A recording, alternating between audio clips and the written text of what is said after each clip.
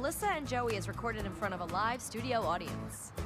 Aunt Mel, Ryder's sick and I'm worried. Oh, that's so sweet. I'm worried that he's gonna give it to me. I have the most important party of the entire semester this weekend. Your aunt is the keynote speaker at the jobs fair. Her words will set the tone for putting Toledo back to work. And without tone, the entire city could just slide right off a cliff. I totally understand. Can you just get Ryder out of the house for like 2 days? Yeah, honestly, honey, I would love to get everyone out of this house for 2 days. Burke, are you busy? I'm trying to be. Listen, would it be a problem if I have someone stay over? No, not now. 3,000 people are gathering this weekend at the Civic Center to hear a job speech I will give that does not yet exist because people keep interrupting me. You are gonna love my brother. Your brother, the Flake? Who said he was a flake? You did. You're listening to me now? No, come on, he is great, trust me, all right? More importantly, he's down in the basement. Melanie, it's quiet. Get out of here. I'm sorry. We're all just a little bit on edge here. I know nobody's gonna listen to this, but I gotta say it. This speech is important, so I've gotta write it, so please nobody talk to me, nobody. Is that her? Yes. Hey, thanks for letting me crash here. Oh, yeah, you shouldn't be thanking me. Your brother deserves all the blame. It's nice to meet you. I'm Tony Longo. So are there any other Longos lurking about here? Nope, this is it. Just Joe and Tony. Tony and Joe. Yep, and together we are the Flying Longo Brothers.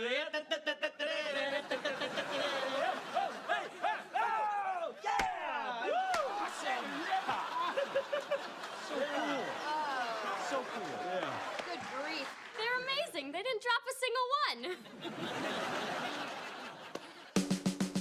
It's all good, it's okay, it's all right, as far as I can see, it's all good, it's okay, it's all right, I guess you're stuck with me. Okay, I'm sure someday there will be a worse time for an unexpected brother to arrive, but until that day, this is it.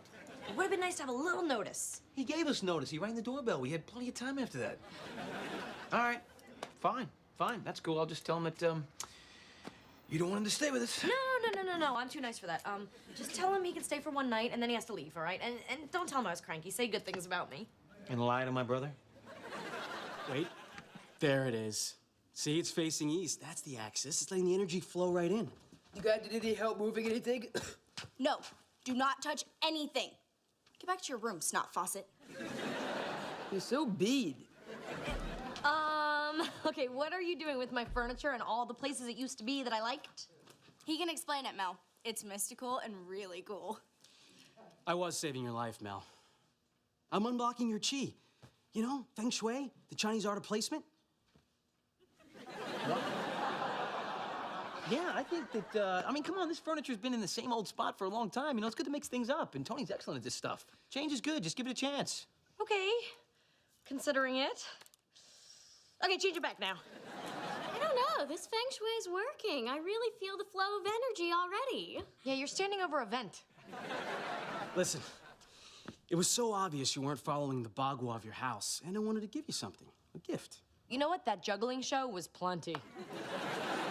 Listen, hi. I don't think this is such a good time for me to be here, Joe. I think maybe this whole thing was a really bad idea. You know, I'm just gonna get my stuff and head out. Come on, do me a favor. Just go talk to him, okay? Fine, yes, fine. Once again, I am being the bigger person here. It is exhausting being this big. Tony. Yeah, hey, listen, don't worry. I'm getting out of here. I just took some new pictures on my last trip. Wanted to leave a few for Joe. Oh, you took these? You didn't take these. Did you take these? With this camera. Wow, this one's beautiful. Hey, I think I know this fountain. Yeah? It's in Siena. Yeah, I have been in this fountain. Naked. I mean, it's a beautiful picture. Yeah. I spent 7 hours for just the right light, and then for one single moment, there it was. Wow, and you got it. Forever. It's perfect. Thanks. Oh, is this the hills of Ireland? No, that's a landfill in Akron. Wow, you can make anything look good. Hey, if I were to put you up for a couple of days, do you think maybe you could do a photo shoot with a certain city councilwoman who's finally learned to shape her eyebrows? We got a deal. Besides, it's not gonna be tough making you look beautiful. You're no landfill. Aw, that's the sweetest thing any Longo's ever said to me. All right, all your furniture's right back where it was. You were defunged and I removed all shui. I kind of liked it the way Tony had it. Thought you wanted to get him out of here. Yeah, I did before, but now I've changed my mind, okay? Change. Hey, that is a great theme for my speech. Change your job, change your life, change Toledo. I just gave myself chills. It's like I was suddenly inspired. You wanna know why? Because according to Feng Shui, you're standing on the clear success point of this room. And according to you, 5 minutes ago, you were completely anti-change. Yeah, well, I changed. Change! Yay! It's just so great to be witness to someone's personal and spiritual evolution. Thank you, Deepak. Hey, the councilwoman's pretty sweet, huh? Yeah, she's okay. You know, she's a little crazy and neurotic, but mostly harmless. So what's the deal with you guys? What do you mean, what's the deal with us? We work together. I'm the, nanny. God, I hate that friggin' word. No, I mean, is there anything going on between the two of you? No, are you kidding? I'm gonna put up with her without getting paid? Not a chance. So it's cool if I ask her out? Why would you want to ask her out? Well, you know, I'm in town for a few days, just want to have a little fun. Oh, trust me, Mel Burke is not any fun. Is that the vibe I got? Well, I think I have a little more experience around her vibe. Trust me, stay as far away from that as you can. Are you sure you don't have a thing for her? Because I think I'm seeing a little something right there. Ow! That's funny. I'll tell you what's funny is the thought of you two guys going out together. Oh, come on, man. She likes the photos. You know what that's code for? Liking the photographer. Hey, you know what, Tony? I just realized something, man. You were standing in the bad idea corner of the room. Look at that. All right, Joe, look. If you have even the tiniest bit of interest in her, just let me know, okay? And I'll stay away from her. No, see, it's just that... No, there's nothing there. You're sure? Yes, I'm sure, okay? Look, ask her out. She's all yours. Great. Thanks, buddy. Sure. Night. Night.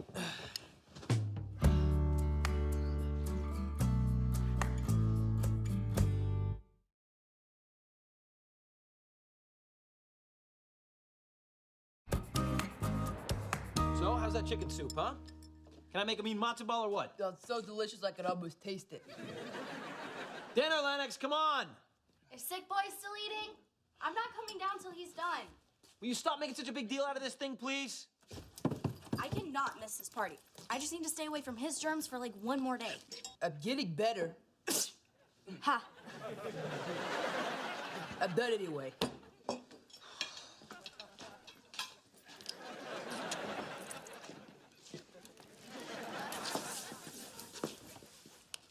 You want a hit? No, I'm good. When it's my time, it's my time. Here. Where the heck is your aunt, anyway? At a photo shoot. Huh? At a photo shoot with Tony. Tony and Belle. Tony and Belle. Come on, what part of this don't you understand? Blow. She's at a photo shoot with Tony.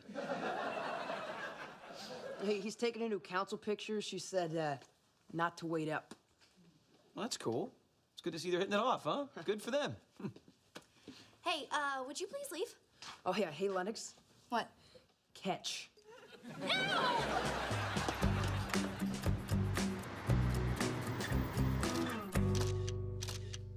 It's really great, Mel. I'm seeing a lot of honesty. I'm seeing a lot of compassion. Yeah, are you seeing any dark roots? No, you're good. You're good. Can we try with a little bit of a sparkle? You know, like, ooh, you just won your election. By how much? Was it a squeaker or a landslide? No, I'm just saying that your smile seems a little bottled up. Like when you keep wine in a bottle for too long, you know what happens? I wouldn't know. I don't keep wine in the bottle too long. Well, it turns to vinegar. And you are not destined to be a salad dressing, Mel Burke. Oh, I don't know. I could be a spicy Italian or a sweet honey mustard. Yeah, but once upon a time, I was an extra virgin olive oil. Jeff. No, I'm Tony. Usually the women can tell us apart. Hey, buddy. Oh, hey, man. Yeah, what are you doing here? Because I don't see enough of you during the day. Oh, well, I realize you forgot your computer at home, and I know you can't be without this thing for even an hour. Well, that's when I'm at work. This is actually a photo shoot. Yeah, I know, but, you know, when the photo shoot is over, very soon, you know, and you want to do some work, your computer will be right here. And, Joe is a hero. That's all I'm saying. Okay. Can you fly out here for a moment and don't get your cape caught on anything? You came here to spy on us. I was not spying on you. Well, this computer bag is empty. Apparently, I'm not a very thorough hero. Anyway, look, since I'm here, I just wanted to tell you, this is not just a photo shoot, okay? Tony is, What, convict? A serial killer? Oh my God, is he married? No, he's not married. He's interested in you. That's what you came here to warn me about? That a single, good-looking guy might possibly be thinking about asking me out on a date? I mean, what am I gonna do? I hope I can get the vaccine in time. I'm just trying to give you a heads up, okay? He's a charming guy, and, desperate, very gullible women always fall for that. Thank you, Joe. Now, please don't take this the wrong way. Leave. Where'd that smile go? I don't know. It's just, your brother coming down here unannounced. Yeah, I know. I hate it when guys just show up unannounced. Unless it's me. And that's kind of awesome. Well, it did work out for the best. Yeah. Hey, you know what? I know what'll help you out. Take off your shoes. Oh, do I have to? They make my legs look so fantastic. Yes, they do. But I studied reflexology while I was on a photo expedition through India, so kind of know what I'm doing. Okay, but, I just don't really believe in that chakra crystal rock stuff, so don't feel bad if it does. Oh, my sweet little piggies.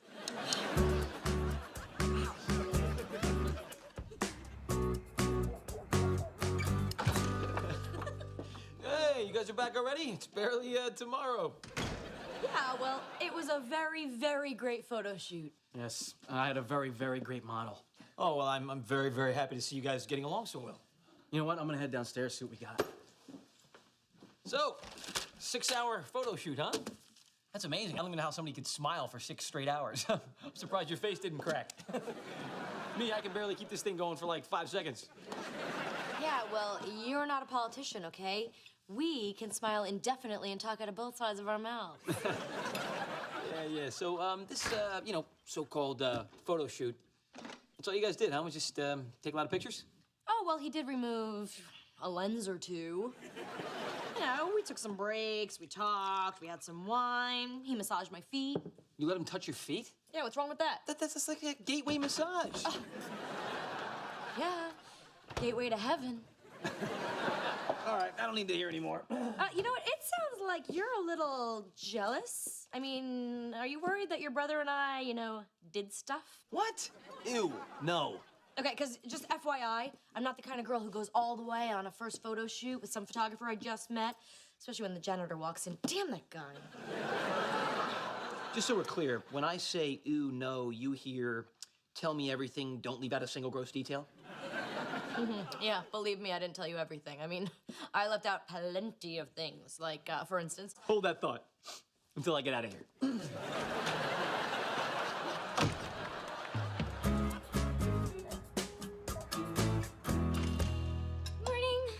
Morning. I'm so excited. Today's the day we finish Mel's jobs fair speech. Give me a break. I don't have a lot going on in my life right now. Well, she'll be back here in a minute. Her and Tony are out to breakfast. Oh my God, breakfast? They went to breakfast?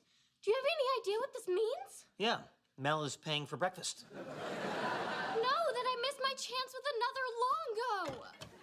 What is it with you girls? What do you guys see in this man? Well, he's a lot like you, only less clenched.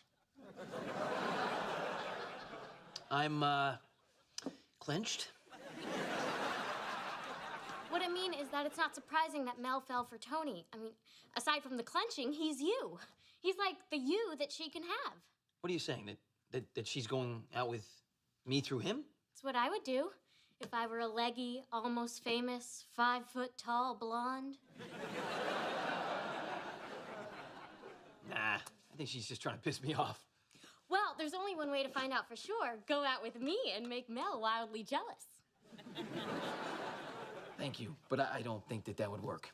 No worries. Just try to take one for the team. Hey, buddy, look what I got. It's your bus ticket. Printed it out online for you. Oh, great. Wow, this is for today. Yeah, you said you were leaving today. Well, yeah, you know what I mean when I say today. I don't mean today. I mean whenever. I'm sorry, the bus company ran out of tickets for whenever. You just make life up as you go along, huh? Uh-huh. That's the upside of being your own boss. Unless, you know, you're getting sick of me. No, stay.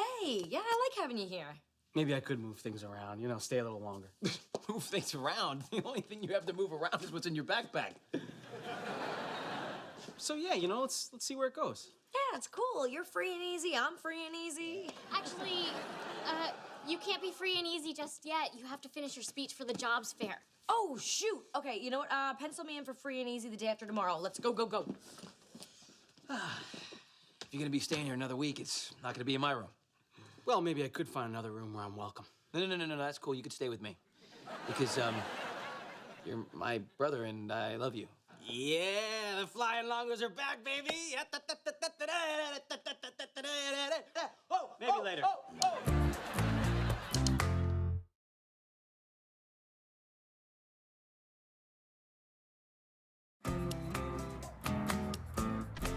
Hey, Mel, can I talk to you for a sec? Oh, you know what, Lennox, not right now. I've really got to rehearse this speech. Okay, well then I guess you don't want to see the half-naked pictures of you all over the internet. Whoa, what? Okay, all right, bring it back over here. Wow. So I'm thinking next photo shoot, no wine. And, no photo shoot. Okay, you know what? I am a city councilwoman. I can't be seen like this. Don't worry, Mel. These are clearly Photoshopped. No one would ever believe that's your body. That is my body. Pilates to you. Wait a minute. You knew what you were doing here when you climbed up on that desk and did... What exactly are you doing there? And whose shirt is that? Tony's. You know, these were supposed to be private. He said no one would see these except us. He promised you that? Yeah, he did. And you know what? Now I'm gonna go break his camera and his pretty little cute little button nose, and I'm gonna shove it up his success spot. Is he down there? No. Actually, he's out in the garage. Yeah, he wanted to borrow my weights to hold down his yoga mat. Yeah, well, I'm gonna borrow your weights to hold down his throat. Come on, Stephanie. You know, Joe, you could have just warned me a little bit about your brother. Yeah, I should have. Oh, brother. Hey, Lennox, has Mel seen these photos? Because it's something a nephew should never see. Yeah. Get back upstairs, Mr. Infecto. Oh, no, I'm not sick anymore. I feel great. No, it was allergies. I swear. No, the party is tonight. It has to be allergy. No. This could not be happening to me. Ugh. Tony. Hey, bro. What the heck were you thinking? About what? Those photos that you took of Mel that were supposed to be private? They're all over the internet. What the heck did you do? Sell those things? No. I posted them on my website. Somebody must have stolen them. Stuff happens. No, stuff always happens to you. You know, this whole careless, flaky guy thing is just not that charming anymore, Tony. Made Mel laugh a couple times. Well, she's not laughing right now. She's actually up there pretty hurt. All right, fine. Look, I'll take him down immediately, all right? Why are you so upset anyway? Because Mel... Look, her and I'm just very protective of people inside this house, okay? Joe, last time I saw that face, it was the Andrea Dittman fight. You really want to talk about that again?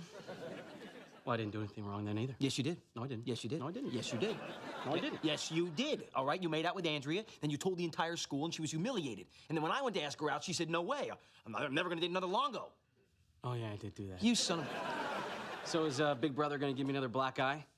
You were the one that started that fight, all right? You threw the first punch. No, I didn't. Yes, you did. No, I didn't. Yes, you did. No, I didn't. Yes, you did. No, that? I'm sorry, that's not a punch. Yes, it is. No, see, that's a punch.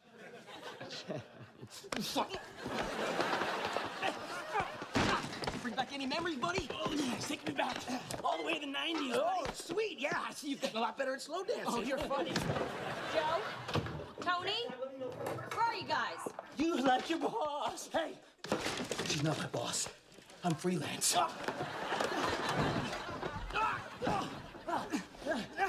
are you getting crazy? Hey, guys, stop this. I told you to not make a move with her. Wait, stop fighting over me. You? Yeah, you're fighting over me. Aren't you? Okay, you know what? Truth is that we're fighting because Joe doesn't have the courage to admit that he still holds the torch for Andrea Dittman after 15 years when I'm the one she wanted. Yeah. Yep. Yep, that's what we were fighting about. That's it. What about what he did to me with the private pictures? Oh, yeah. What's up with that? I do what I want with my art. I've had it with your art. I didn't say tackle him. Ugh. Longos. Never let him in your house.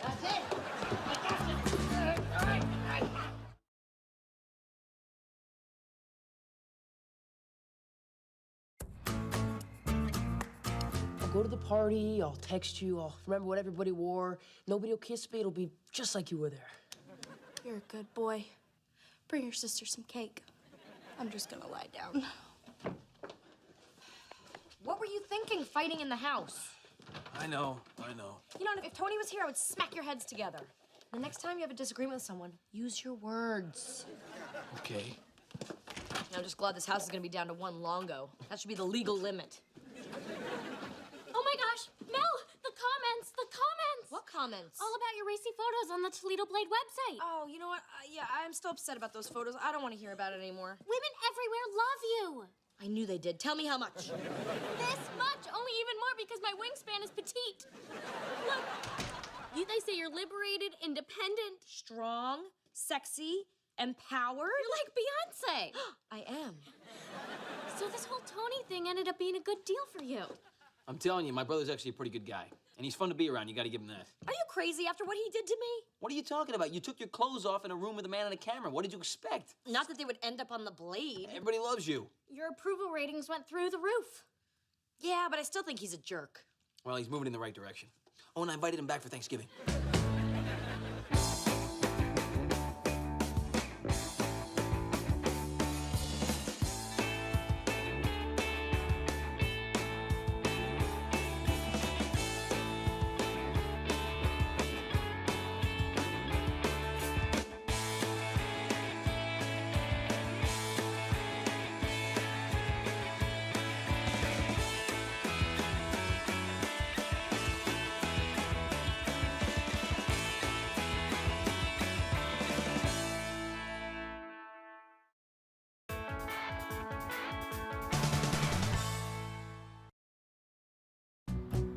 Melissa and Joey is recorded in front of a live studio audience.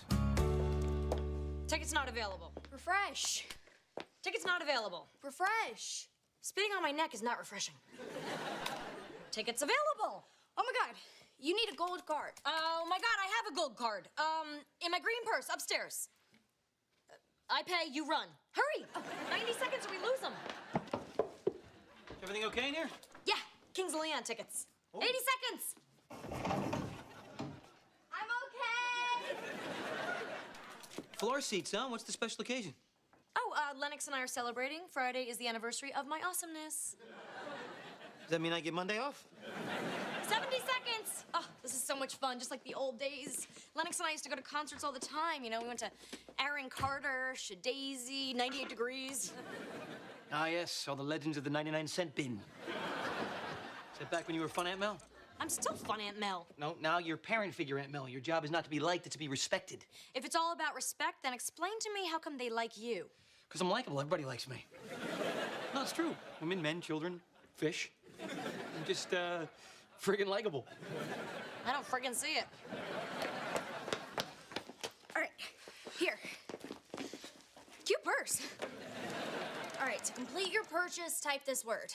Hurry, 10 seconds. What do you mean word? I can't read that. Those letters look drunk. It's Diltzlarf. No, I think it's Bill's Clorf. Ladies, clearly it's Pizlets. Bill's Clorf, bitches. You did it. Oh, that's great. I'm gonna go on Facebook and e-brag.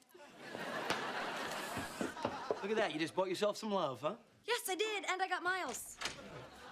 Hey, Joe, I got back that history paper you helped me with. Don't look at me like that. I just gave the boy a little guidance. A C? The guy gave us a C? Well, how much of this us is you? Well, I didn't do his work for him. I just put the ball on the tee. Ryder did the swinging. You missed the point. Wrong. Weak argument. This bonehead hated everything. Well, he liked the margins. No, that says marginal understanding of the topic. I'm not to speak to this guy. Clearly the man's an idiot. Maybe don't open with that. Up. I know what I'm doing. Yeah. Sending me to summer school. I owe you, buddy. Ryder. Who likes you more now, Ryder or Fish? It's all good, it's okay, it's all right, as far as I can see, it's all good, it's okay, it's all right, I guess you're stuck with me. American imperialism. It began in the 19th century, and it started right here on our own blood-soaked soil. Ryder. How did industrialization suddenly become imperialism? I'd be glad to explain, my ignorant friend. Me and my guitar.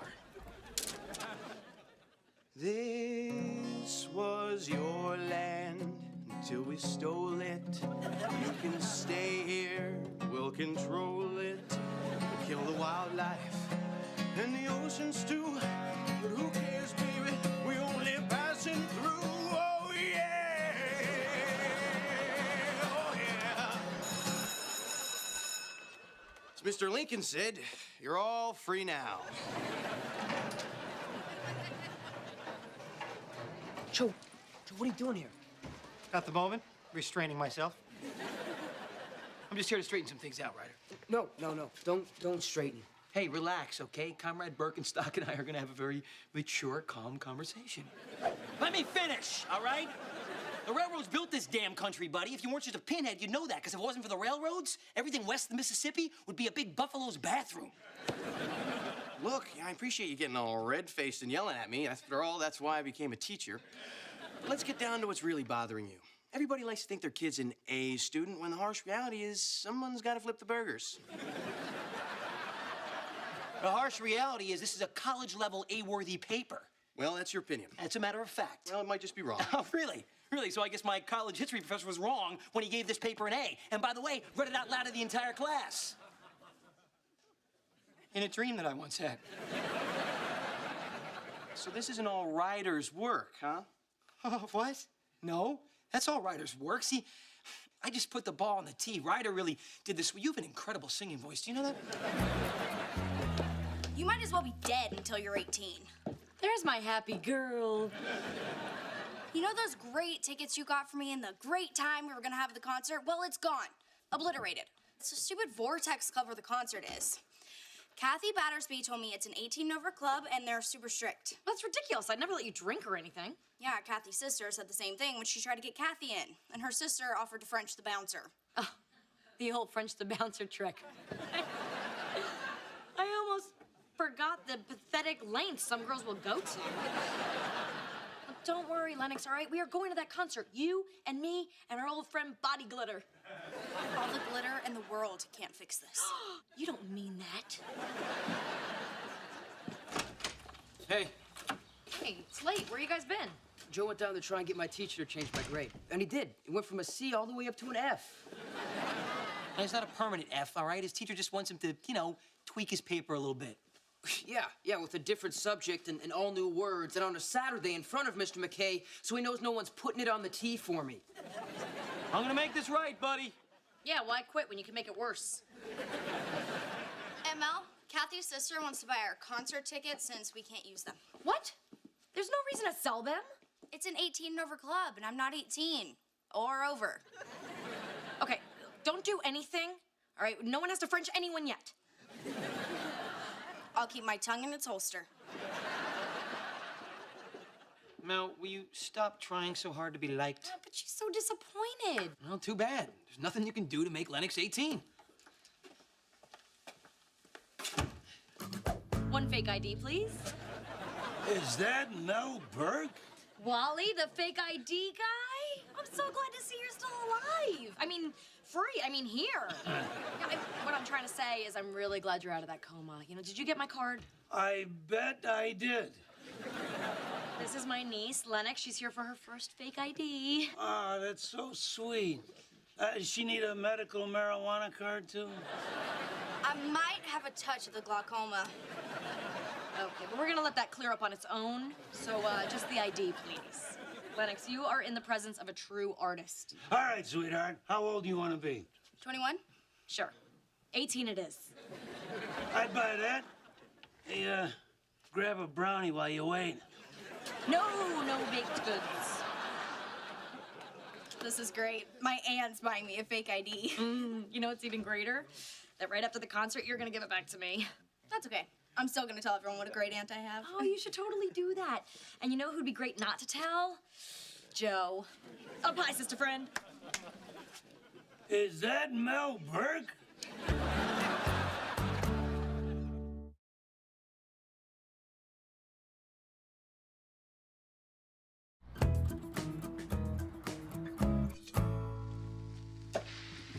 Yeah, I know, Coach. Rules are rules. I understand. What's up, buddy? More great news. Because of my F. Oh, no, wait, sorry, your F. I don't want to steal credit. I'm officially benched from the soccer team. What? Dude, that is it. I am gonna go down there and... And what, punch Mr. McKay until he gives me an A? Hopefully it won't come to that. I got a lot of different speeds, all right? I'm a businessman. I know how to get through to people. Oh, yeah, because you're known for your delicate touch. We're gonna come up with something good here, all right? And I promise I'm not gonna do anything unless you're okay with it. I'm not okay with it. Think about it. You'll come around. Have you seen my research notes? Those aren't them? No, these are Kings of Leon tickets. Oh, yeah, which your Aunt Mel and Lennox can't use anymore because Lennox is not 18. Yeah, it's a shame. Yeah. What are we gonna do with these tickets now? Just sitting here, huh? Taking up empty space? Maybe I'll just recycle them. This your ID, young miss? What year were you born? Not out you go, girlie. No concert for you. Hey, no, there's no room for butts. You need to know this stuff cold. Okay, if a bouncer senses hesitation, he will strike like a bear on an underage salmon. All right, what school do you go to? Grant Ohio State. Nice save. Okay, let's work on the walk. The walk. Yes, confidence, swagger, cojones. Watch me. Got it. No, you don't got it. You don't use your legs, you walk with your face. Oh, my God. All these years I've been doing it wrong. Well, it's too late for me now, girls. I think I'm just gonna go old school and, use me legs. Where are you headed? Out, do some stuff. Innocent stuff. I can't believe I ran into you here. Yeah, this is my classroom. Huh, I guess it is, isn't it? So look, last time I was here, I may have gotten a little passionate. I was thinking unstable. Unstable. I like that. Look, the point is, you gave Ryder an F, okay? And because of that, he can't play on the soccer team. Isn't there anything he can do to bring that grade up? I don't know. Maybe stop plagiarizing? That's very good, solid advice. I will definitely pass that along. Oh, and I'll tell him it came from you so that no one's plagiarizing. You know, there's one thing I don't get. Are you Ryder's uncle or guardian? Or just some guy that gets him in trouble? Mostly the last one. Look, if you can't change his grade, I completely understand, all right? I'll see you around. Oh, actually, I almost forgot. On a totally unrelated matter, I happen to have these two floor seats to the sold-out Kings of Leon concert tonight that unfortunately I can't use. I love Kings of Leon. Yeah, so many people do. You wouldn't be interested in taking these tickets, would you? How much you want for them? Are you kidding me? I would never charge Ryder's teacher for these tickets. On an unrelated matter, it may have been a little too hard on Ryder. People make mistakes.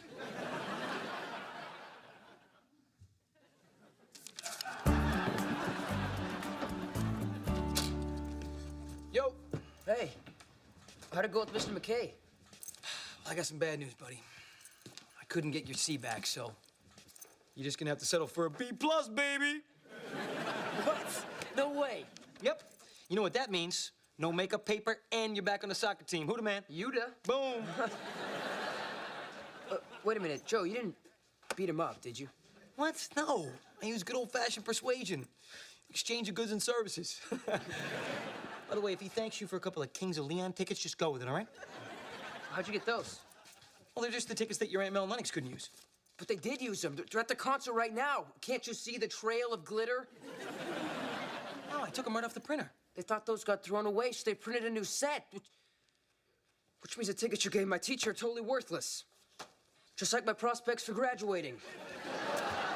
all right. Look. Relax, okay? As long as we get down there and explain everything to him, it'll be fine. There's no reason to panic. The show starts in 15 minutes. Crap, let's move.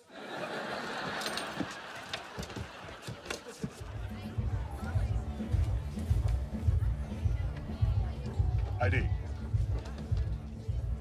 I sure as hell don't need to see yours. Just this one. You couldn't just humor me for a second, pal? This is when you show him your ID. I'm looking. Yeah, thanks for carding her. You know, it makes her feel so young.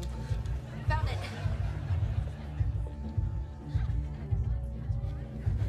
Wait a minute. We got the same birthday.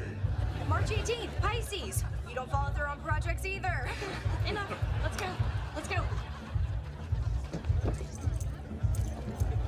So, you see your teacher? No, I don't see anyone here who wants to flunk me. Too much lip gloss? Ugh, too much lip gloss, like there could be such a thing. Give me that. The kids at school are gonna be so jealous when they hear out tonight. The cops are raiding the place and checking everyone for fake IDs. A raid? Oh my god. Don't worry, okay? Yours was done by a pro. Wally is a genius. Wally's on Washington? No? Maybe? Why? The cops can spot his IDs from a mile away. What? Okay, don't listen to her. Wally's work is flawless. Although I don't think you weigh 520 pounds. Oh my god. I'm going to jail. And I'm wearing body glitter. They're gonna eat me alive. All right, snap out of it, okay? You're with your Aunt Mel. I'm not letting you go down for this. Come on. Excuse me. Okay, shoes off. Get up on the toilet, interlock your arms with mine, and crouch. Can't we put down the paper seat cover thingy? No time. Up. Here we go. I once did this for 6 hours in stilettos for Ace of Base. It was so worth it. All right, ladies. Let's see your IDs. This is really good for the glutes.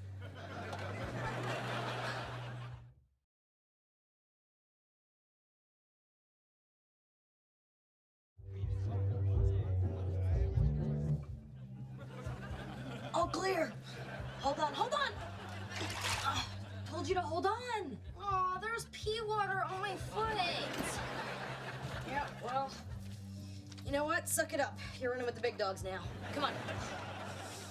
IDs, people, come on. We need your IDs. Okay, plan C. We're going out the window. Are you kidding? And jump from up here? Well, yeah. Why do you think it wasn't plan A or B?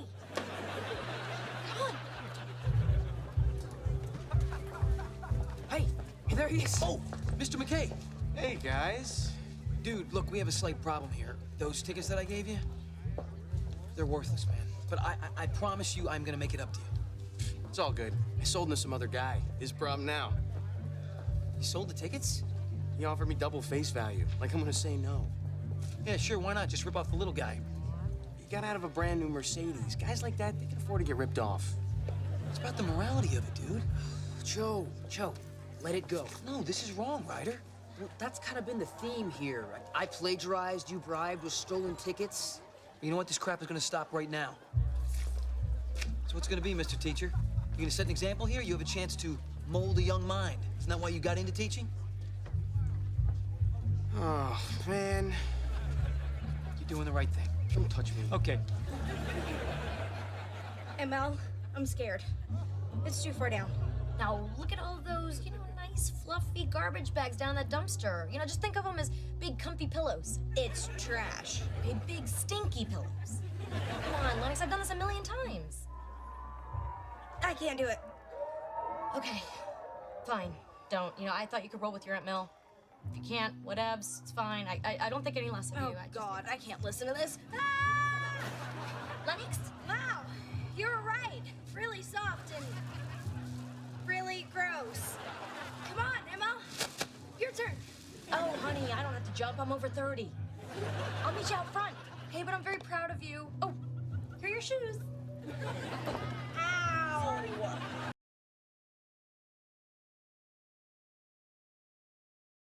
Some girl jump out of that window into that dumpster, then run away. Who the hell are these kids' parents? Hey, that's the guy. Oh, sir? Hi. Listen, my friend here has something he'd like to tell you. Yeah, man.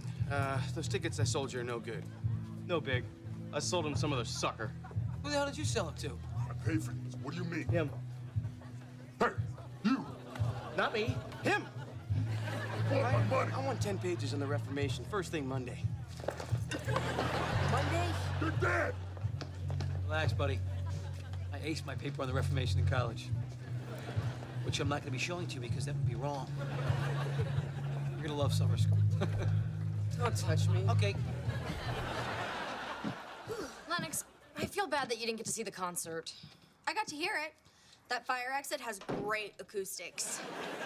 Yeah, but it's not exactly what I had in mind for our big night out, you know? Dodging the cops, hiding in the toilet, jumping in the trash. You kidding? It was great. I got to dodge cops, hide in a toilet, and jump into trash. Oh, when you put it that way, it was pretty fun. Okay, let's hug later.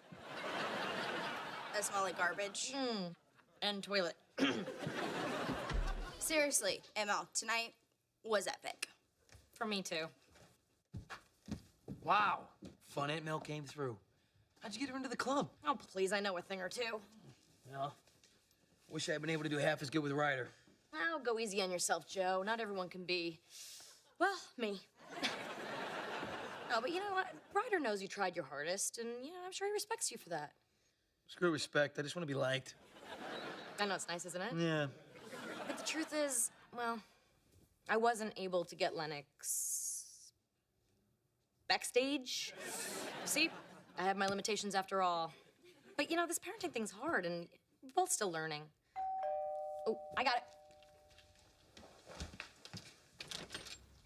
Officer, how can I help you? Evening, Councilwoman Berg.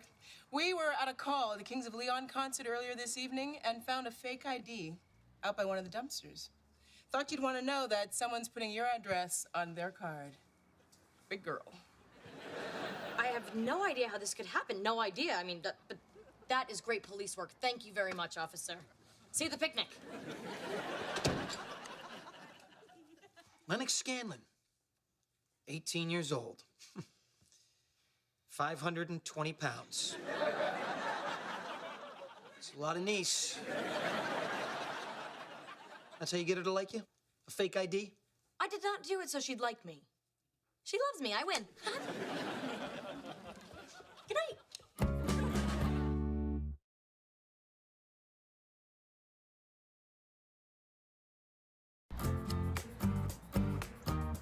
So, funny story. I was just doing some laundry down in the basement, and look what I found in your jeans pocket there, Lennox. An ID belonging to a Teresa Puentes.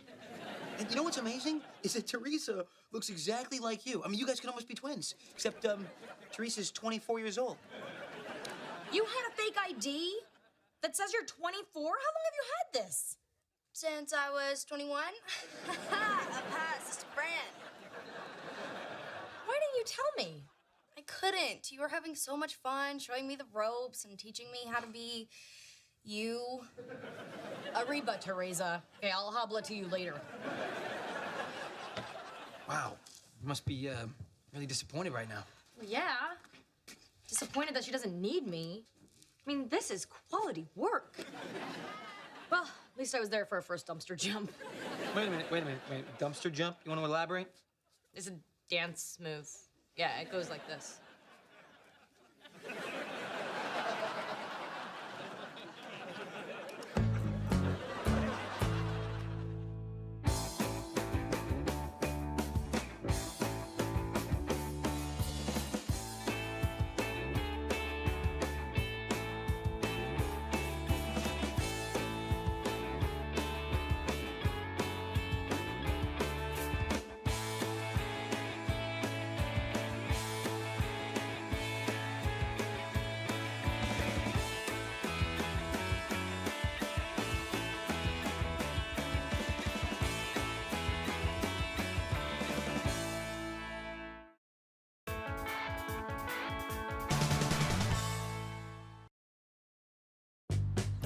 Melissa and Joey is recorded in front of a live studio audience.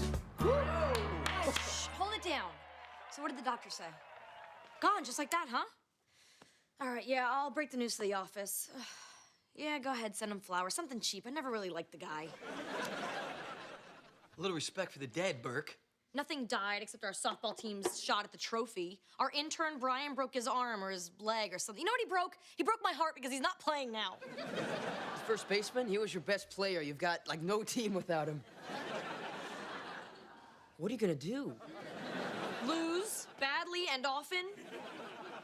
Joe, didn't you play first base at college? No, I did not. You told me you were MVP 2 years in a row. 3. Damn.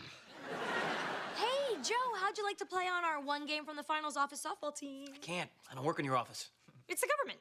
No one checks, no one balances, no one cares. There's no way I'm playing for the Bad News Burks. Ugh, please, I would never come up with a name that lame. We're called Mel's Angels. Is there swag? Like what? I don't know. Watch, mountain bike, spa gift bag. You'd get a profound sense of satisfaction. I was born with that. Joe. Forget it, all right? There's no way you're talking me into this. And Mel's Angels is 1 win away from the trophy. Thanks to the mighty bat of my first baseman, Joe Longball Longo. Not to mention the amazing unassisted double play by the second baseman in the 7th inning. Yeah. Did you enjoy my unassisted double play dance? I'm a little hazy on it. How did they go again? Like this. Oh, okay. Little Okay. hip, Joe. Little hip, Go, Longo. It's so gross when they get along. Don't look at it. Now, aren't you glad I talked you into joining the team? Well, wait a minute. Back up. You didn't talk me into it. You told me the pluses and minuses. I made my own decision. Yeah, after I talked you into it. You're unbelievable. Everything's got to be your way. Well, I like things the correct way, which just happens to be my way. Yay, they're back. I guess you're stuck with me. All right, guys, we got a lot at stake here. You know, the people of District 7 elected us for a reason. To win the Softball League trophy. All right, now, I know we've got budget gaps and libraries closing, but this is something we can actually succeed at. You know, we were this close to winning last year when it was snatched out from under us by the councilman who shall not be named. Hancock. Herbert Hancock. Councilwoman Burke. Herbert, always a pleasure to see you. Talk up and down the halls is all about your big win and your new superstar. Which one of these fine athletic specimens is Longball Longo? He's not here. How convenient. People leave their offices all the time. I mean, if I went to your office right now, you'd be out. That's how it is with Joe, too. I see. What exactly does this Joe Longo do? He's Mel's nanny. Manager. He's my office manager. So if I come back later today or tomorrow, I'll see him. I've seen him many, many times working here, doing his job, managing things. I look forward to seeing him. Joe doesn't work here. Or does he? Oh, I'll get that. Councilwoman Burke's office. I'm answering the next one. Hey, how's everything going here? Good. You know, a little bored out of my mind. Do me a favor. Would you punch me in the face? I want to feel something. Oh, come on, in 2 hours, we're having cake for Lisa and parking enforcement. Cake? You just had cake. Now, that was for Nathan in animal control, and it was before lunch. This one's totally different. It's gonna be yellow. You know what? I'm gonna go home. No. Come on, we'll find something for you to do. Okay, you know what? You were really good at reorganizing my closet at home. We have a really messy closet here, too. Nah, I don't want to organize anything. What kind of closet is it? A huge supply closet. Come on, it's a disaster. No one can find anything in there. Well, I guess it wouldn't hurt to take a look. Go team. Hey, Lex. Hey, Holly. Well, that's odd. She didn't say she loved my short story. You gave it to her, right? Well, of course, but not yet. You see, as editor of the literary blog, she's really busy and impossible to track down. Maybe the girl who just went in the kitchen knows where you can find her. It'd be a shame if my story didn't get posted and things got weird between us. Really? That could happen? That could happen. Be right back. Thanks, Squeaky Mouse. Hey, I meant to give you this. It has Holly's short story for exclusive publication in the Grant Rant. She could have taken it anywhere, but she came to you first. Seriously? You think I'm gonna publish her story just because you two are going out? But it's really good. Oh, so you've read it? I'm afraid to. Because I may not like it, and I think she can read my thoughts. You are truly sad. But sad with a girlfriend. Who wants a frosted piece of heaven? Burke, disaster averted. Look what I found. Typewriter ribbon. Yeah. I'm going to donate this to the Museum of Crap that no one uses anymore. Cake, Joe? I saved you half my flour. Thank you, Stephanie. So this is the yellow cake I've heard so much about. Joe, this is very important for office morale. Yeah, because nothing brings an office together like fat and cholesterol. Ding dong, I smell cake. Councilman Hancock, I'd like you to meet Joe Longo. Surprised to see you here, Longo. Why would you be surprised? He works here, don't you? Yes, I do. And you're the office manager, right?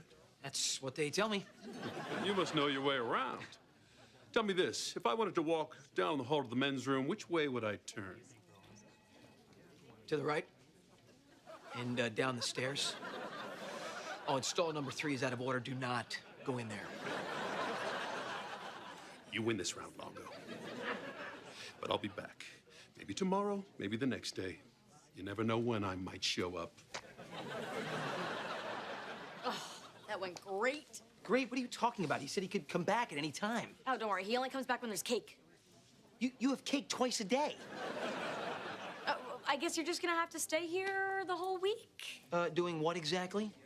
I was just in the supply closet looking for a blue highlighter, and there it was, on a shelf, with a label.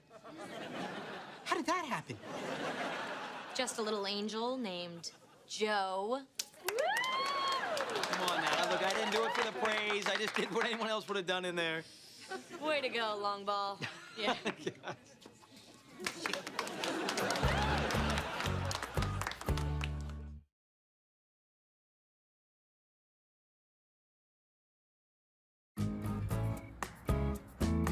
So what's for dinner? Breakfast. So you read Holly's short story and you loved it and you're gonna publish it, right? Please say yes. The story's missing some things. Like what? A beginning, middle, an end. But other than that, it sucks. I'm sorry, but I run a literary blog and we have standards. Come on, I'm already on boyfriend probation. I'm just saying, it's silly for me to be sitting there all week long with nothing important to do. Oh, but you did a hell of a job in the supply closet. Well, that was a closet. Albeit, a very challenging closet, but still. I need something worthy of my skills. What's that? Lennox made dinner. It's pretty good. Oh, give me 3 minutes off something hot on the table. Hey, Mel, would you please read Holly's story and tell Lennox how good it is? Oh, no, I'm not getting in the middle of that. That little pit bull scares the hell out of me. I mean, not in a bad way. She's sweet. I love her. I'll save you the trouble. The story's not good. You never do anything for me. I made you dinner. All right, fine. I'd be willing to sit down with Holly and work through the story to see if we can't make it barely passable. That's all I'm asking. I'm sure she'll be open to that. Oh, hey, Joe, before I forget, everybody's got to be in tomorrow at 8 for a sexual harassment seminar. Oh, the guy who does it has the cutest butt. You just want to grab it.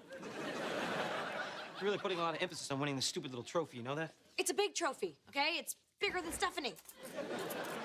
You do realize I'm not actually your office manager, though, right? But you could be. As of tomorrow, I am releasing all of your Longo-ness. You are completely in charge. I'm gonna be office manager? The whole week. Because I do have some ideas about increasing efficiency around there. Now listen to you, all efficiency. Joe Longo, executive ninja. Ooh. I like that. Holly, you don't need all this background information. You could just start the story on page 3. The story starts on page 1. That's why it's called page 1. How about we compromise and start on page 2? No. Why are you giving me all these comments? Ryder told me you just wanted to get together to tell me how great my story is. What? Well, sure. But if there's some tiny thing that could be improved, we could make what is great even greater. Like what happened to my life when you got added to it. You know what, Ryder? I just don't feel like I have a partner in this relationship anymore. Are you breaking up with me? I think it's kind of mutual. No, don't. Please. This is what's best for all of us. Except for you. No, but your story was great, and I loved all your unnecessary background crap. I mean, gems. Lennox, what'd you do? What did I do? You told me she'd be open to my feedback. You lied to both of us. Well, sure. What choice did I have? Why do you even put up with Holly? Because I really like her. 7 hours in the police department conference room. Bad lighting, anyone? Ugh, not one of those cops hit on me, probably because of the bad lighting. How's everything here? Couldn't be going better, but it's gonna be. I came up with a reward system to increase constituent call volume. As long as you didn't hurt your throwing arm. What? No, that's fine. Hancock stopped by, though, just to say hi. Yeah. Oh, you know what? I gotta go. I gotta show the IT guys how that new software works. I'll be right back. Oh, Rajiv, Ajay, let's make this happen, guys. Come on. Did you see that? My amazing first baseman / office manager is actually happy to be here. He's the only one. Look. A memo to all staff from Joe Longo, office manager. How did he get his own letterhead? Just read. To boost efficiencies and eliminate distractions, all office personnel are hereby barred from using Facebook. What? I know! I wanted to post how upset I was, but I couldn't. Furthermore, in order to eliminate redundancies in birthday celebrations, office birthdays will be accrued and celebrated quarterly. Today is my birthday. Of course it is, birthday girl. That's why I got you a surprise. Well, never mind, because I've been accrued. We'll be celebrating it in 2 months with a cake that says, "Happy birthday, alls, y'all." Don't worry, you are gonna have your cake, little missy. New speech, Chamber of Commerce, Wednesday. Hey, Wyatt, wait, how's your mom doing? Is she off that heart lung machine? I wouldn't know. Personal calls have been banned. Really? Yeah. I gotta get back before Warden Longo notices I'm away from my post. Wyatt, why do I see an empty desk out here? Gotta go. Are you gonna talk to Joe, or are you gonna weasel out because he's the ticket to your precious softball trophy? Don't worry, I'll talk to him. Hey, I just got out of the break room. Do we really need 17 different kinds of herbal tea in there? So, Joe, a lot of changes in the last couple hours. Yeah, it's really humming out there, huh? You don't have to thank me, though. It just feels good to get my office mojo back. Yeah, I can see that. Can we go big picture here for a minute, though? Absolutely. Yeah, I'm all yours for 60 seconds. Go. Okay, well, it's a team effort here, and the captain of that team is obviously... Me, the office manager. One more guess? What? You? No, not you. You're the team owner. We're all doing this for you. We're busting our butts to make money. Lots of money. Or, whatever it is that you guys do here in this office. It's the government. It's not for profit, it's for service. So when you send out memos without my approval on stationery I don't know how you got, it's, well, I don't know, let me just put it this way. It doesn't piss me on. Mel, you told me I could make this office more efficient. You told me to unleash my executive ninja. Now you want me to just handcuff my ninja? My ninja's not gonna be handcuffed. I mean, if I'm gonna handcuff my ninja, I might as well just go home. No, we need you. No, you need me to play on the softball team. No, we need you for our team here. Not just the softball team. Everybody here loves you. I mean, trust me, I would tell you if they didn't. I don't keep things from you.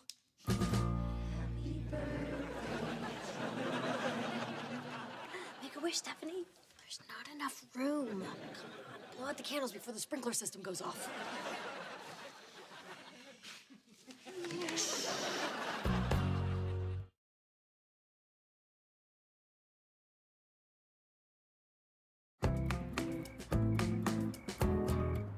Holly texted me. She's on her way over.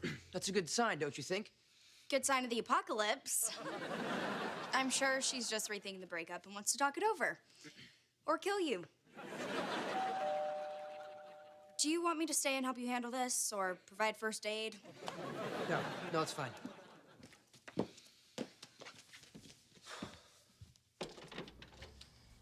Holly, won't you come in and be my girlfriend? Ryder, we are estranged.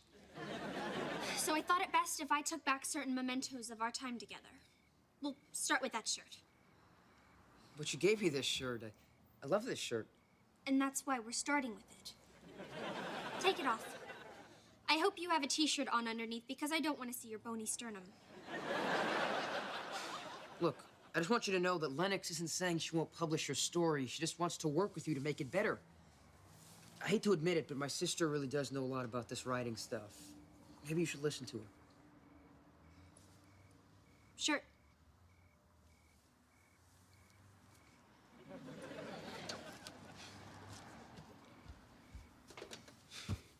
I'm just glad she forgot she gave me these pants.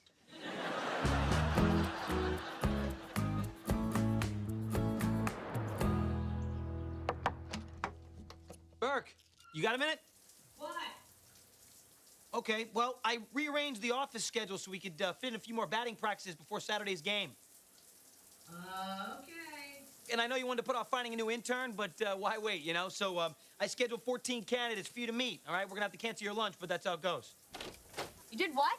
Can we just talk about this later? Sure, yeah, I'm actually gonna head in the office early. I gotta show Hannah how to make a proper pot of coffee. I'll see you there.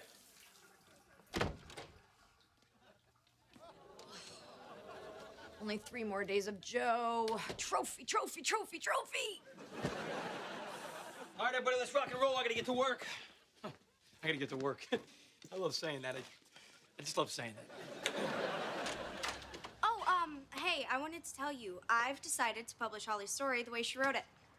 Don't mess with me, Lennox, because I'm kind of fragile right now. No, I'm gonna post it, as is. What made you change your mind? Well, you know, I respect her artistic vision. It's not the way I would have done it, but there's a place for what she's written. You feel sorry for me. So much. Well, thank you, but, you know, Holly really does have a lot of special qualities. Keep telling yourself that. How I get through the day.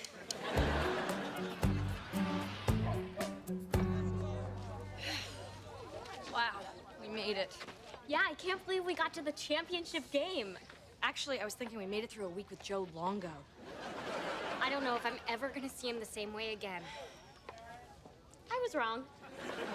When did he get here? Oh, he's been here for hours. He wanted to scout the opponents, watch them at batting practice. He even sent them a muffin basket so they'd be sleepy by the 3rd inning. Councilwoman Burke. Hancock? You can touch it if you like. Closest you're going to get. Wow, that is gonna look so good on my desk. May the best team win. Oh, thank you, we will. All right, Chuck, here's our lineup card. I already got your lineup card from Long Ball over there. What? But I do the lineup cards. Then what's this? All right, let's play some ball. Scotty, throw some donuts on this bat. Take some warm-up swings. Hey, Joe, listen, just a little thing. You know, the team captain is the one who does the lineup cards. Oh, Mel, let's not get all caught up on titles and labels, you know? I mean, I am the office manager, but we need to do what's best for the team. Oh, really? Then why is Ornstein hitting 6? He's a contact hitter, should be batting 2nd. And this isn't about me, but I always lead off, always. And that's not just to get the game-opening applause and the air horn ovation. I put you 3rd because the best hitters always hit 3rd and 4th. Trust me, this is the most efficient lineup for the team. That's right. You know, the most efficient way to do everything, just like at the office.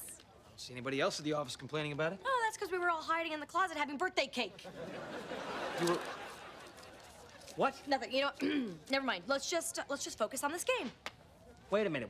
You blatantly ignored my office memo that we were accruing all office birthdays? That's right. Yeah, we all hid from you. We had a birthday cake in the supply closet, a great big giant birthday cake, and it tasted even better because you weren't there. Hey, I am the office manager here, Bert. No. You're the fake office manager, okay? You're like the blow-up doll that you put in the passenger seat so you can get on the carpool lane. You're only here to win this baseball game for us. Let me finish. Okay, I'm done. Well. Long goes the ringer. I am shocked. Shocked. Mr. Umpire, I don't know what to say. I do. Game over. Mel's Angels are disqualified. What? No, wait, what? You can't do that. That's not fair. The guy doesn't work at your office. But I really wanted to win. I mean, I even made a space on my desk for the trophy. Sorry, you guys. I don't know what to say. No, look. I don't want to ruin this for you and for the whole team, so hold on a minute. There's been a big mistake here, okay? This team deserves to play in this game. I'll tell you what, I will take my uniform off for you right now. Too late. At least let him take off the uniform. What could it hurt? Listen, Burke, you and I have had our differences, but today, I think I can safely say, loser! Oh, Trophy wants to talk to you. Bye-bye, Mel. See you. Never. Good one, Trophy. Well, there goes a real class act. I don't know what to say, Mel. Better luck next year? Yeah, I know. Just, you know, I stayed up late last night choreographing my league championship victory dance. I'm sure everybody still wants to see that. No. No? All right, no? Okay. Well, then I'll just see y'all back at the office on Monday. Woo! Can we see it now? All right. 5, 6, 7, 8. Woo! Go, Mel! Go, Mel! Go, Mel! Go, Mel! Go, Mel! Go, Mel!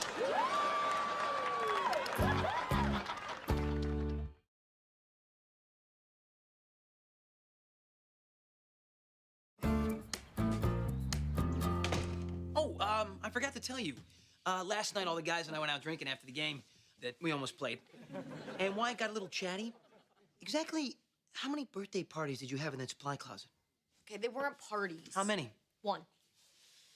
6. And Teresa's baby shower, although that was not easy. She is huge. There you go, Squeaky Mouse. So glad my shirt is back. And? And you, Scary Bear. Oh, are you going to ask her? Absolutely. Hey, Mel. Holly's looking for a summer internship with a council purse that she was wondering... Oh, I gotta go.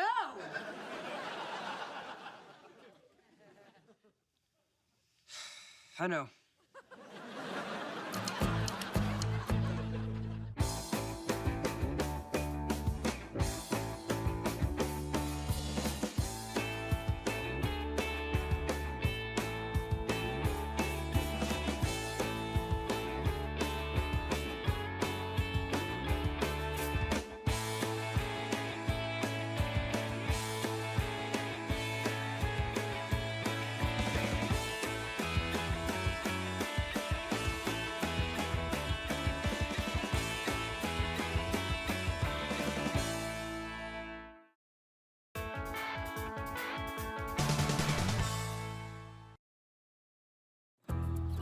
Melissa and Joey is recorded in front of a live studio audience.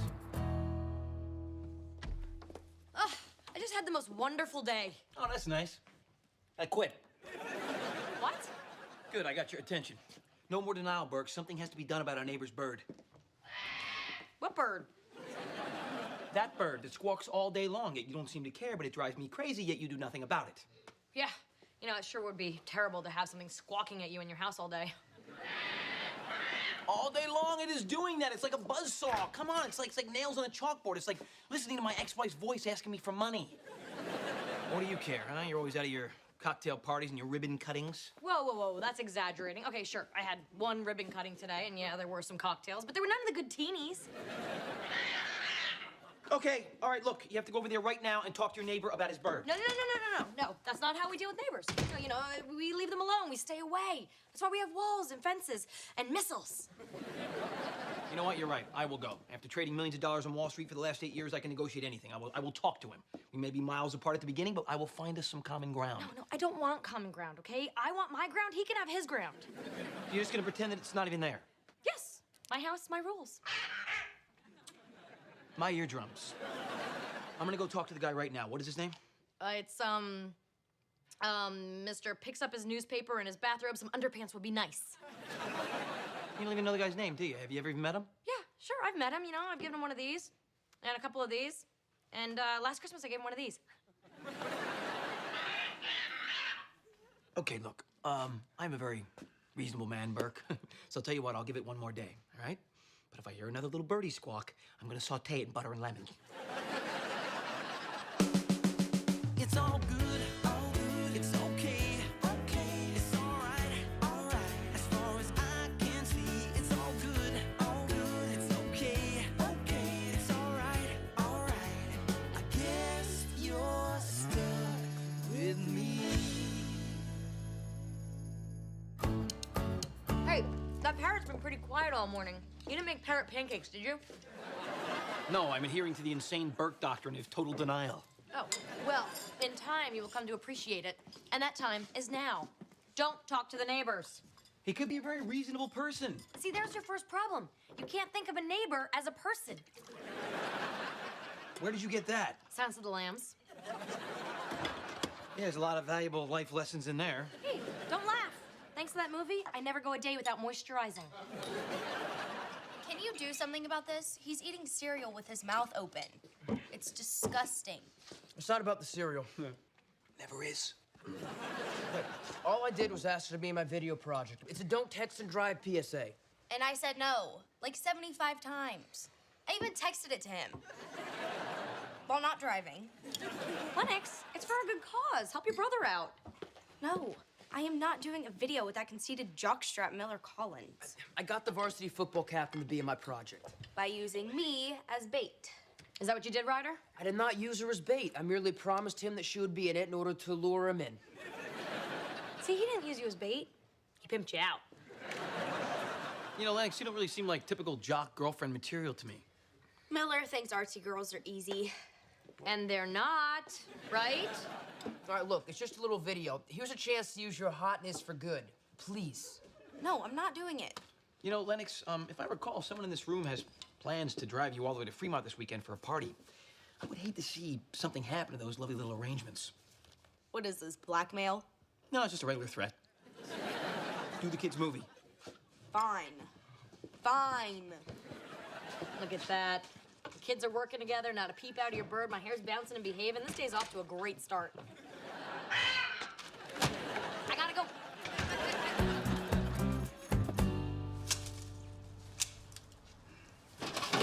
Son of a... Hey. Hi there. Hi there, neighbor. How are you? I'm Joe Longo. Hey. From right there. Arnie, right here? Oh, well, it's very nice to meet you. Look, I'm just gonna cut right to the chase, okay? Arnie, it's about your bird. Oh, Mr. Jasper. Okay, Jasper, sure. Yeah, I'll tell you what. If you could find a way to keep Jasper quiet, I promise you I won't make an issue out of all this junk. Oh, okay. Okay, Joe, was it? Mm-hmm. Yeah, look, Joe, let me cut to my chase. Mr. Jasper's not some dog or some infant that you could just slap a muzzle on. And secondly, this is not my junk. Belongs to your lady friend. Okay, first of all, she's not my lady friend, all right? I perform certain... No, I'm sorry. I provide certain services. You don't need to know. Don't want to know. Nice work if you can get it. Well, look, while we're on the subject, all said junk is a bit unsightly, so why don't you move it from my property over to your property? Sure, I can do that. Watch this. Ready? There we go. Now it's on my property. Keep going. What do you mean, keep going? The middle is right here.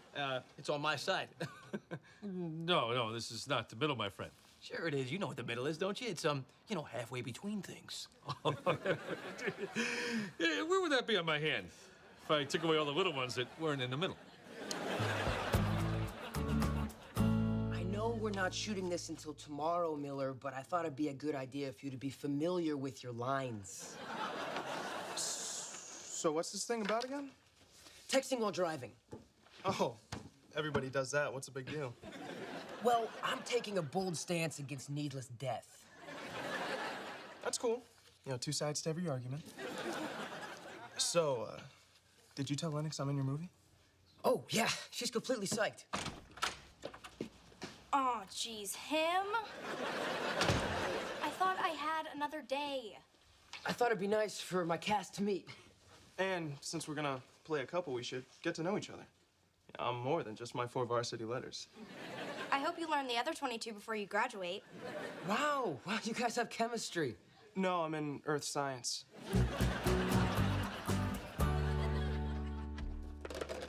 Oh my gosh, where did all this crap come from? Your life? My margarita makers. Hola, my 3 amigos. What do you need 3 of these things for? This one's for regular, this one's for strawberry, and this one is battery powered in case of a blackout.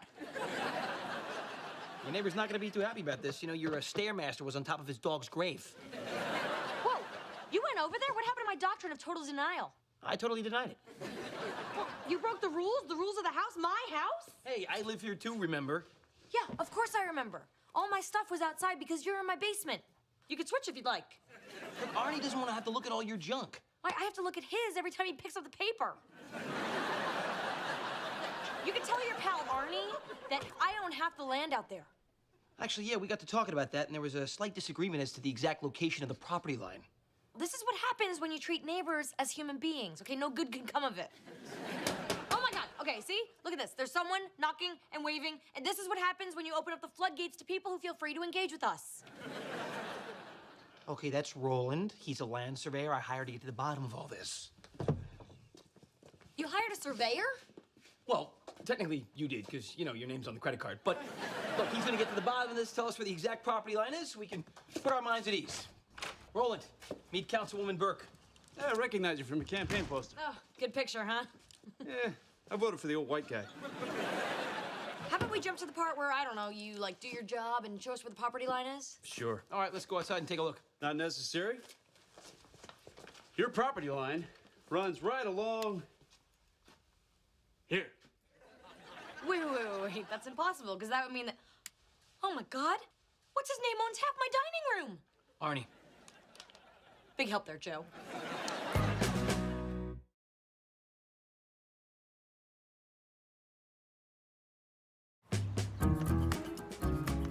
Joe, what I said was very simple. Don't talk to the neighbor. And what word was unclear? Don't talk, neighbor, idiot. Oh, wait, I didn't say that. I just implied it. First of all, Burke, as always, I want to thank you for not overreacting. And secondly, you and I know where the property line is, but that doesn't mean that Arnie knows where the property line is. I mean, he's a very simple man. You know, his best friend has feathers and a beak. I mean, how can I enjoy eating in my dining room knowing it's his dining room? Well, there is one option. Prescriptive easement. If you're openly using your neighbor's land for a specific period of time, you assume ownership. Ooh, I like that. Prescriptive easement takes 5 years. How long have you lived here? 4 years and 10.5-ish months. Then in 6-ish weeks, it's all good. See, look at that, all right? No worries. Unclench the butt cheeks. Unless your neighbor contests it. Then you start tearing down walls. Notice how my butt has reclenched? No thanks. Look, we can beat this, all right? All we have to do is act like normal neighbors for the next 6 weeks. Exactly. Normal neighbors. Okay, yeah, we can do that. Agreed? Yes, agreed. Oh, I can't believe that. We just totally agreed on Yeah, something. that's kind of weird. Hey, that never happens. Wait, look, take a picture, okay? There. All right.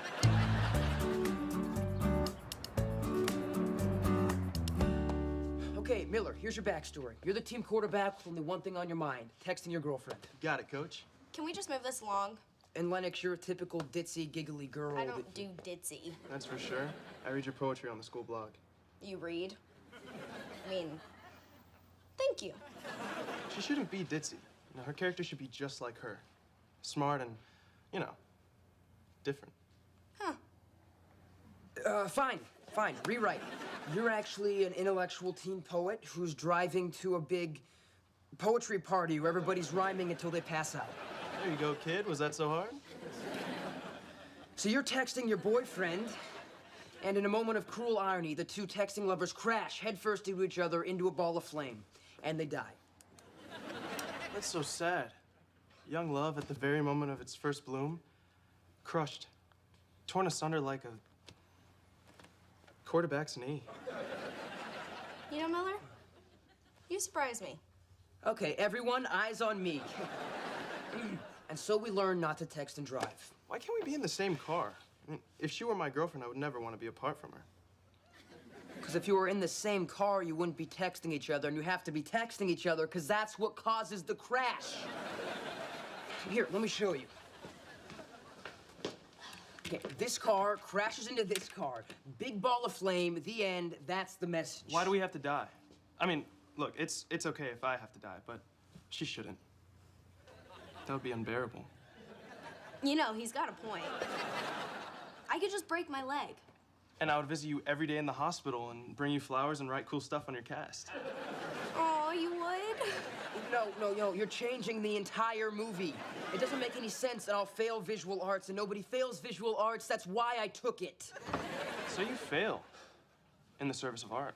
Yeah, that F will be a badge of honor. No, I don't want a badge of friggin' honor. I want an easy A.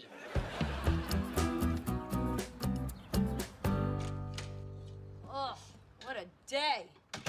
Where are those damn margarita makers? Oh, that bird is really loud. I mean, it sounds like it's right here in my house. The funny thing about that, Hey, neighbor. Mel, you remember our neighbor Arnie, right? Why, what a total surprise. Yeah, well, it's good to finally meet you. This is Mr. Jasper. Oh, we haven't met? I feel like we've met. No. You give me a little wave every now and then when you see me, and then you talk into your pretend cell phone and... Well, it is great to see you again, Arnie. Hey, Christmas came early. So how did this long overdue Neighborfest come to be? Well, your service provider, Joe, over there, invited me in for a beer. Oh, well, I couldn't be more delighted if I'd known. You know, that's what normal neighbors do. You know, just chatting and talking. Defying. Oh, what's that? You got some sauce going on there? Oh, yeah. Oh, just like my mom used to make back in Jersey. You're from Jersey, too? No way. Where? Parsippany. Yeah, that's the styrofoam peanut capital of the tri-state area. Get out of here. Secaucus. No. Hey, boom. Look at that. We found a little common ground, huh? You know what, Arnie? Why don't you join us for dinner? What? What a great idea is what Mel means. I will. Just gonna go put on my eating pants. Oh, hey, listen, would you watch Mr. Jasper for me? He loves kisses. Put a sunflower seed in your tongue and it'll eat it right off. Or bite you. How the hell did that man end up in my house? Well, look, I was out in the driveway. He comes up to me. We started talking. He told me he was out of beer. I said, come on in and grab one. That's what normal neighbors do. No, wrong. Normal neighbors wave from a distance, and if you smell something bad for a few weeks, you call 911. If I didn't talk to him, it would have looked suspicious. Well, he doesn't know, does he, about the, property, you know what? You think the bird's gonna rat you out, do you? Yeah, Muggsy, I do. Hey, Mr. Jasper. So, how'd the shoot go? Lousy. I had to let go of my star. Whoa, you fired your sister? That's heartless. No, I fired Miller. Oh, who cares? And now I have to go find another conceited jock to replace him.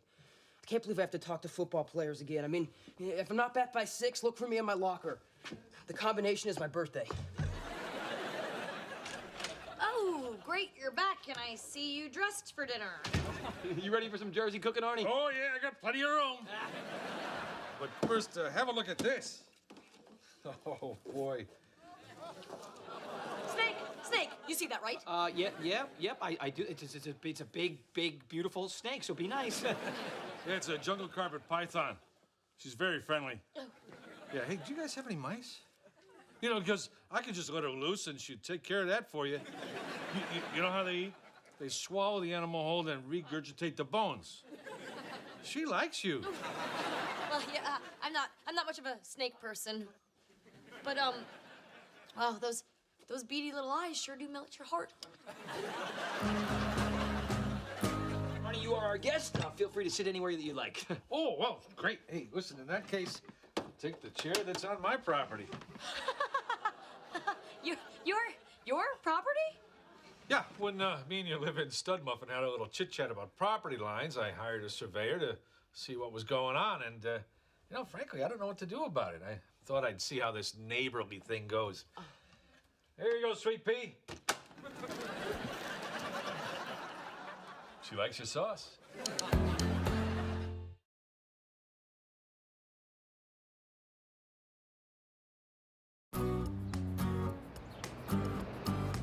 Okay, now don't freak out, but I had to replace Miller. I'm okay. He kind of thought you were a tool anyway. We're going out Saturday. Who's my new co-star? Oh, great guy. You're gonna love him. We're really lucky he was available. You ready? Let's get this over with. Wow, where'd you get the awesome wig? Oh, from school. Last year's production of Grease. And it was in the dumpster. Can you believe that? It was on top, mostly. Just so we're clear, this is for your class, right? So if I see any of this on YouTube, I'm going to choke you in your sleep. I accept your terms. He sat right in there and said he owned half the room, and then he stroked the head of his serpent. Well, I can help with the property dispute. I'm telling you, this guy is a ticking time bomb. You know, birds, snakes, who knows what's coming next? Let me take a look at your title report. Whoa, the jacket's pretty slick. Thank you. I've grown quite fond of it. I see that you've lawyered up. Yes, I have indeed. We tried it your way, all friendly-like, but now we're doing it Burke style and taking no prisoners. And making no sense. You sure you want to go nuclear with this thing? Well, hey, Arnie started it. Well, technically you started it, but I can't sue you because you got nothing. So when are you gonna admit you're wrong? Look, I am not wrong, okay? Because there is wrong, and then there is not yet right. And at this point in time, I am just not yet right. Wow, you should be in politics. Based on when you took title of the property, we have a reasonable expectation of a positive outcome. However, if the other party takes a hostile position... Whoa. Oh, it's him. It's the person. It's the neighbor. Do you want me to go talk to him? No. I just want you to sit here, act normal, ignore him, eat some nuts. Hey, I'm staying out of this. Why don't you go see what he wants? Well, I don't really care what he wants. Okay, fine. I'll go see what he wants. So, what's going on? He's got a fire extinguisher. And he's putting out a fire in your garage. What? Well, it looks like the fire was contained in this stretch of tiny highway. No loss of life, luckily. Yeah, I got here just in the nick of time.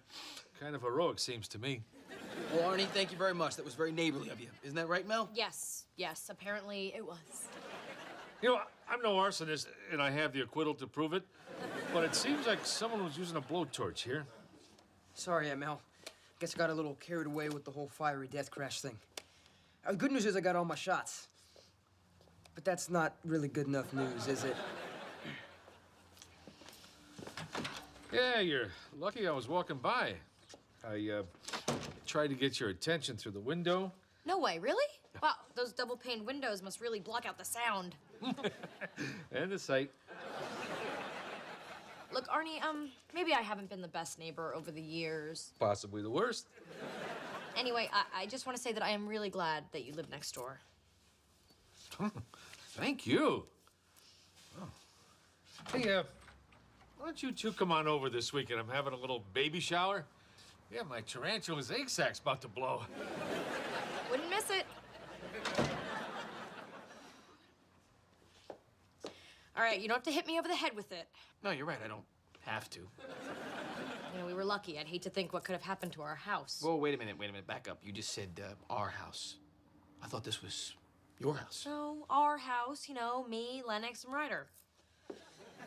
And, you know, I don't know, some other people like, fine you.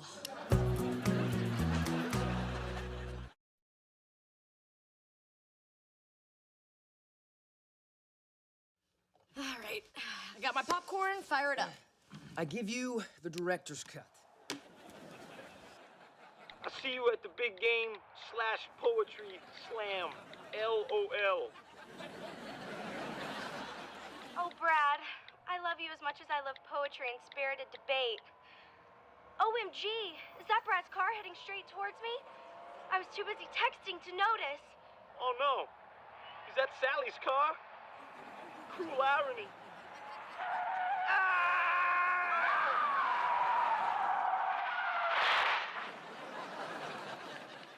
If only I hadn't been texting while driving. I guess I learned my lesson. But too late. Oh.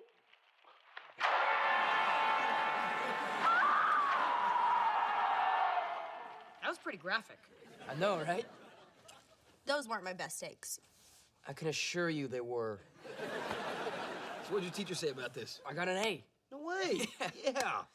Oh, and I also have to meet with the school counselor once a week from now on. Well, I don't have to pay for that, right? I love public schools.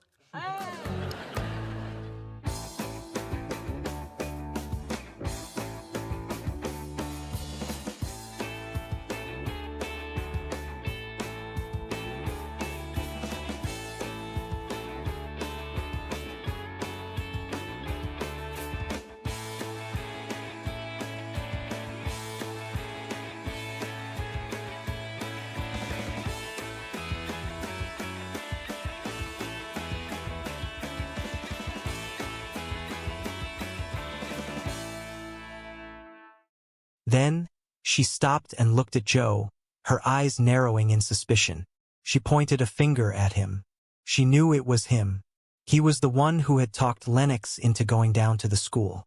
She demanded to know how he had managed to convince a stubborn teenager to do the right thing. Joe puffed out his chest, claiming it was simply because people liked him. Melissa stared him down until he broke. He confessed the truth. He had paid Lennox $50. Melissa gasped in horror. She called it a bribe. She told him that not only was it morally wrong, it was horrible, destructive parenting. Joe shrugged off the criticism, reminding her that he was not a parent, and neither was she. Ryder, hearing the commotion, poked his head into the kitchen and asked if he could have $50 too. Joe immediately shouted a firm no. He told Melissa to relax. He revealed the punchline. He had written Lennox a personal check. Since he was completely broke, the check was guaranteed to bounce. He smiled, calling it another very valuable life lesson about trust and economics. Melissa was speechless. She asked if this culture of lying and bribery was how he had run his fictional youth center right out of college. Joe laughed, finally admitting there was never any youth center. Melissa told him she needed to speak to him in the other room immediately. Lennox joked that it was nice knowing him, assuming he was about to be fired. Joe assured her he would be absolutely fine. In the living room, Melissa paced back and forth. She listed his faults. He lied, he bribed children. She asked if there was anything he would not do. Joe immediately replied he would not wash windows. He dropped the jokes and spoke sincerely. He told Melissa he was just trying to help her out. He admitted he might have played it fast and loose with the rules, but the ultimate result was that Lennox had gone to the school and apologized to the principal. Melissa had to agree. Yes, she had. And more importantly, Lennox had actually said a few genuinely nice things about Melissa while they were there. Melissa confessed it was the first time since the children had moved in that Lennox had shown her any grace. It had literally taken her breath away. Suddenly paranoid, Melissa asked if Joe had paid Lennox extra to say those nice things. Joe smiled softly, assuring her that Lennox had given those compliments entirely free of charge. He smoothly added that it might just be his mere presence in the household that was seamlessly pulling their fractured family together. Melissa rolled her eyes, jokingly agreeing to believe that fantasy. She then remembered a phone call she had received earlier. She informed Joe that a professional nanny agency had called. A highly qualified woman named Mrs. Dietrich was available and would be arriving at 8 in the morning the next day. Joe looked disappointed. He asked if she really thought he could not handle the job. Melissa was honest. She said no, she did not think he could, at least not until he had pulled all that arrogant confidence out of thin air to fix the school crisis. Joe looked at her, hope creeping back into his eyes. He asked if his employment was official now, because if not, he was just going to hop back into his car and drive away into homelessness. Melissa looked at the messy living room, thought about the completed history paper, and the apology at the school. She smiled. She told him they should give it a shot. She asked hypothetically how bad he could really be at this job. Joe grinned, promising she was certainly going to find out. That night, the house was finally quiet. Melissa returned from a late-night outing, looking exhausted but happy. Joe was waiting up in the kitchen. She asked him how her date went, noting she had stayed out until 3 in the morning. Melissa felt a sudden wave of teenage rebellion, telling him to leave her alone, arguing it was not a school night and her date had been the captain of his high school football team. She paused, a profound realization washing over her. She confessed she had never actually had that specific, rebellious conversation with her own mother. When she used to come home at 3 in the morning, her mother would just send her back out to the store to buy more gin. It was a dark, humorous acknowledgement of her own dysfunctional upbringing, contrasting sharply with the stable environment she was now desperately trying to build for her niece and nephew. She asked Joe how getting the kids to bed had gone. Joe reported that Ryder had passed out around 11, and Lennox finally went to sleep at 1:30. Melissa was shocked by the late hour.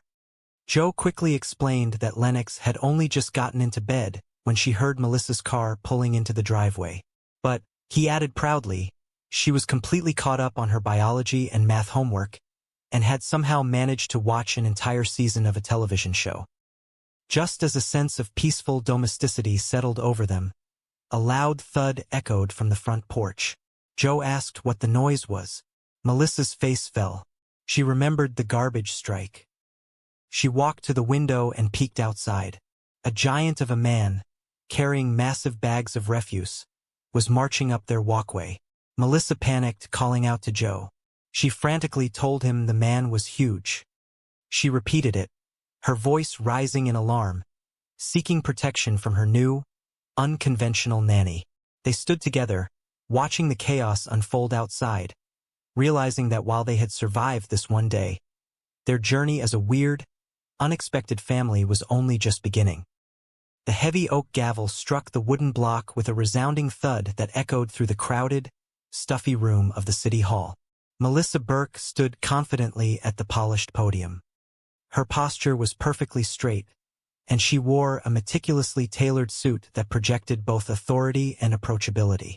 She was a dedicated public servant by day, tirelessly working to keep her district functioning. She looked out at the sea of agitated faces before her. The citizens of the city were unhappy, and the air was thick with tension. They were actively protesting the new municipal policies. A woman in the front row stood up abruptly and pointed an accusatory finger toward the stage. She shouted passionately about the new educational rule, specifically the one capping elementary school class sizes at 22 students. Melissa nodded calmly, maintaining eye contact. She truly understood their frustration and wanted to validate their concerns. Then, a large man stood up near the aisle. He was furiously waving a translucent plastic trash bag in the air. He complained loudly about the garbage piling up in front of his beloved restaurant. He was furious because the city council had recently cut the municipal garbage pickups to a mere once-a-week schedule. Melissa took a deep, steadying breath. She spoke into the microphone with a clear, unwavering voice. She carefully explained that the reduction in trash service was exactly the financial compromise that paid for the much-needed smaller class sizes. It was a delicate balancing act of civic budgeting. Suddenly, another man pushed his way to the front of the agitated crowd. He was conventionally handsome but looked incredibly stressed and weary. He had thick dark hair and wore a suit that looked slightly wrinkled, as if he had slept in it. He pointed directly at Melissa with a shaking finger. He demanded to know where the money was. He shouted about the money that her brother-in-law had stolen from him and countless others. Melissa felt a sharp, sudden pain in her chest at the mention of the scandal, but she maintained her professional, polite smile. She calmly explained that while her sister was unfortunately married to the man in question, she herself was absolutely not responsible for his deplorable actions. She looked out at the restless crowd and asked the room if anybody there had a relative they were not exactly proud of. The tension in the room broke instantly. People murmured in agreement and a few chuckled. The angry man was silenced for a moment, his shoulders slumping. After the exhausting meeting concluded, Melissa walked into the quiet, marble-lined hallway. Her good friend and colleague, Rhonda, greeted her with a bright, supportive smile. Rhonda complimented Melissa with genuine admiration. She told her she looked like a beautiful woman by night and a fierce public servant by day. Melissa laughed softly and said she had to turn on the heat during the day or nobody would ever get anything done. Rhonda praised her for staying a mature and rational adult when crazy men with trash bags were coming directly at her. Melissa agreed. She felt incredibly proud of her composure. She told the angry garbage man in her mind to go away. Then she thought about the other man, the one shouting desperately about her brother-in-law. Rhonda advised her gently not to be that guy, the one who brings his personal garbage into a public arena and acts like a crazy person. She said he should act like a true gentleman. Rhonda then noted with a mischievous grin that the angry man was at least cute. Melissa shook her head dismissively and said she did not see it at all. Rhonda assured Melissa that she held her own up there and reminded her of her father, the esteemed senator. Melissa playfully sniffed her suit jacket and asked if she smelled like the perfumed dancers from a nightclub. Rhonda laughed loudly and said she smelled number. He pushed her for her absolute top number. Melissa named a price. Joe accepted instantly, declaring they had a deal. Melissa was stunned. She asked who had offered him a job. Joe proudly stated he could start today, though he needed to move his car for Tuesday street cleaning. Melissa protested. They were talking about a nanny position. There were children involved. She asked if he had ever worked with kids. Joe lied smoothly, claiming that right out of college, he had run a massive youth center downtown, in charge of 50 troubled teenagers. He said he cooked their meals, helped them with homework, and was a perfect role model. He assured her he was perfect for the job. Melissa admitted there was just one little detail holding her back. She really did not like him. Their argument was interrupted by Ryder, who wandered downstairs in a panic. The school bus was not running because the garbage protesters had blocked Jackson Street. Melissa began to panic, cursing repeatedly. She was going to miss her crucial city council meeting. Joe stepped in, taking charge. He told her she would make her meeting. He would take the boy to school. Melissa watched them leave, introducing Ryder to his new, temporary nanny, a homeless commodities trader. She questioned her own sanity, wondering aloud how high her voice sounded right then. She called Rhonda, rationalizing the decision, claiming Joe sounded great on paper and she just could not do this alone anymore. Rhonda reminded her they needed to interview an actual, professional lady for the job. While Melissa was on the phone, Joe walked back into the house, carrying a laundry basket. He casually asked when the last time anyone had done any laundry in the household, noting they lived like absolute pigs. Melissa shrieked, realizing he was holding her delicate undergarments. She demanded to know why he had been in her bedroom. Joe ignored the question, telling Rhonda over the phone to pull the trigger and hire a real nanny, because he was ready to eat a sandwich and quit. Later that afternoon, Melissa returned from her meeting to find Ryder sitting at the kitchen table, furiously typing on a laptop. She asked Joe why the boy was home in the middle of the school day. Joe explained that he had driven Ryder to school, only to find out the boy did not have his history paper. Ryder had confessed he had not exactly written it. Joe had turned the car around, brought him home, and told him he had to write it right then and there. He instituted a new rule. Ryder could not leave the house until the paper was finished. Melissa was appalled. She argued that you do not bring a child home who has not done his work. You leave him at school to get yelled at by the teachers, which is what he had coming. She asked what kind of rules Joe was playing by. Joe shrugged, saying they were the rules that everybody knew. Melissa scoffed, stating she was somebody, and she had never heard of those rules. She called out for Lennox, realizing it was time to leave for the principal's office. Lennox was nowhere to be found. Melissa panicked. Joe admitted he was not watching her, claiming Melissa never explicitly told him to. Melissa argued it was obvious since the girl was suspended. Lennox had ditched the mandatory meeting. Joe conceded, admitting Melissa was right. He pointed out that he had just given her a compliment by agreeing with her. Melissa, frazzled, grabbed her coat. She said Lennox had about 3 places she usually went to hide after school, and she was going to start searching. She asked Joe for help, and he agreed.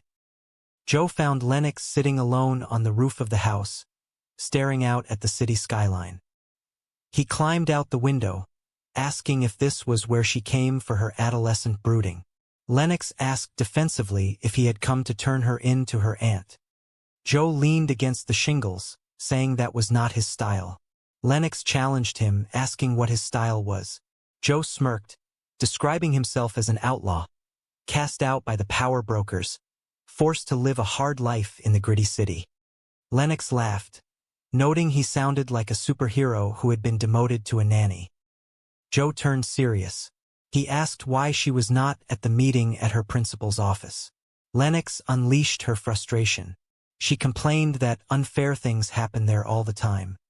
Miss Lent had fired the beloved music teacher, completely disbanded the school band, and everyone was too afraid to speak up about it. She confessed she was just so tired of life being unfair. She wished that, for once, things could just be fair. Joe looked at her with genuine empathy. He told her he would be incredibly upset too, if his mother and father had completely bailed on him, leaving him behind. Lennox bristled, insisting she was talking about Miss Lent, not her parents. Joe nodded slowly. He admitted she was right. He did not know anything about her deeply personal pain.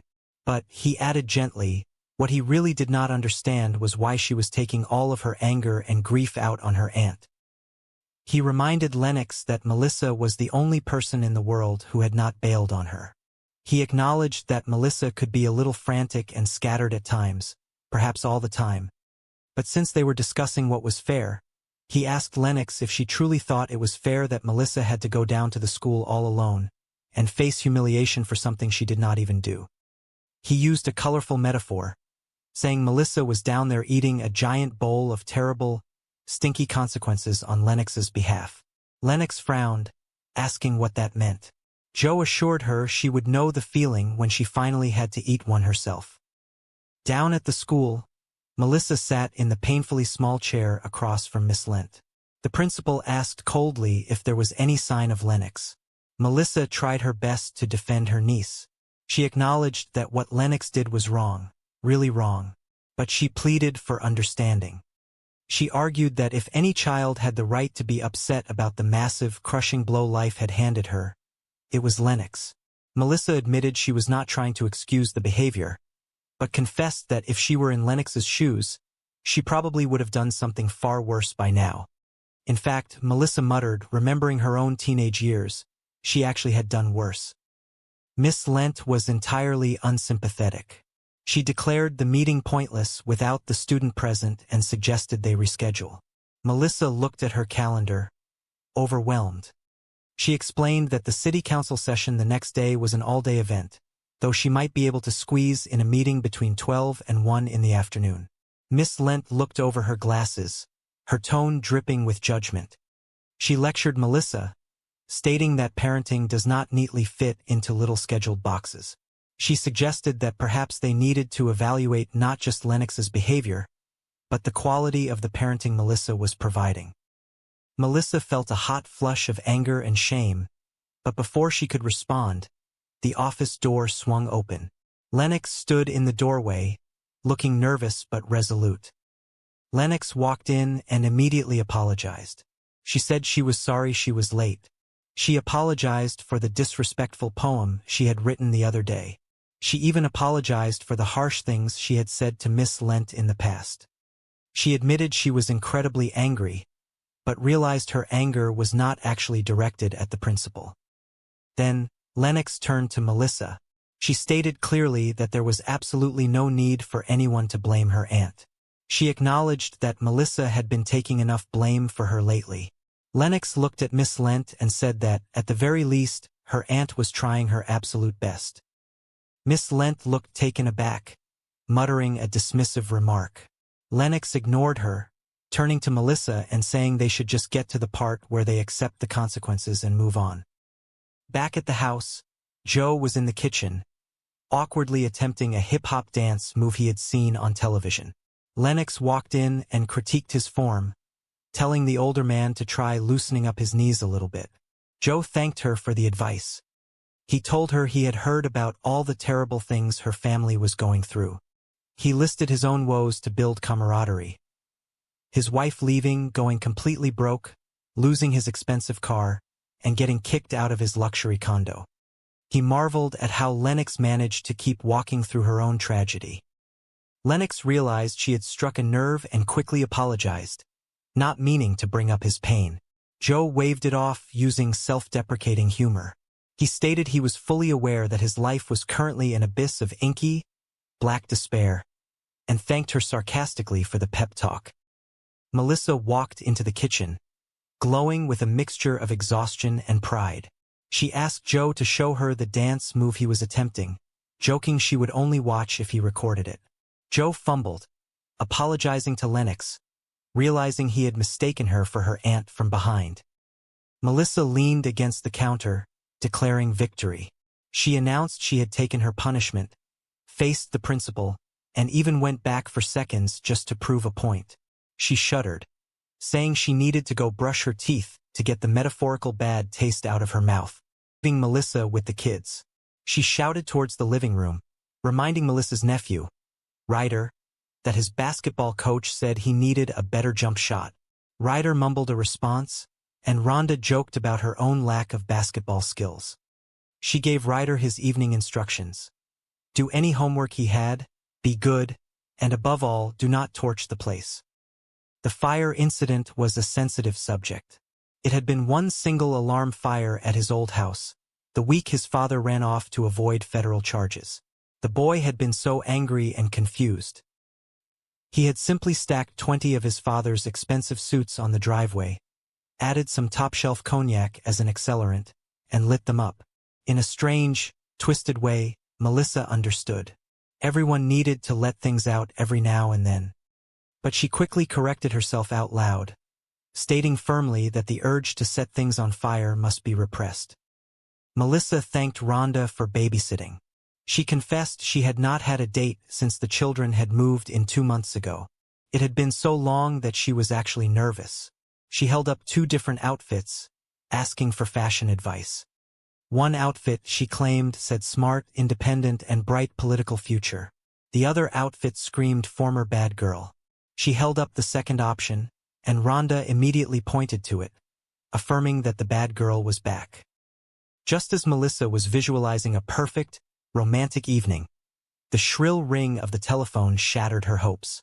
It was the principal of the local school. Melissa listened, her eyes widening in disbelief.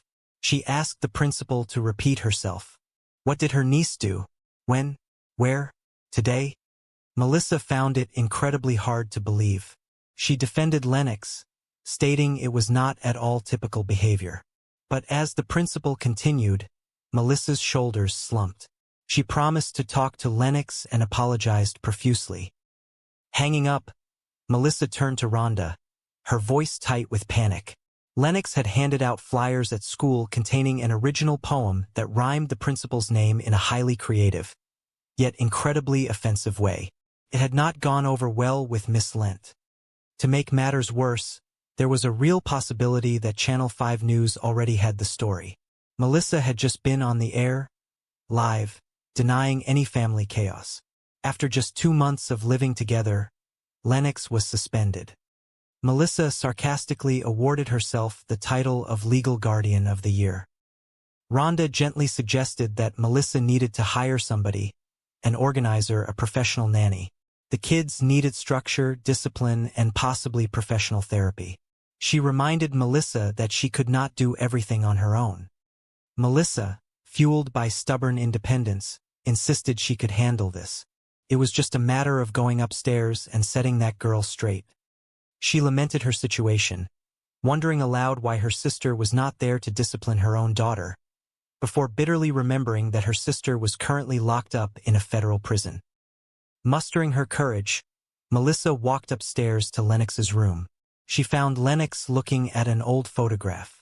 It was a picture of the 2 of them at a rock concert from years ago. Lennox mentioned finding it, and Melissa gently corrected her, pointing out that it had been hanging very obviously in the hallway. She amended her statement, saying it was hanging affectionately. They reminisced briefly about the concert, the fun they had shared.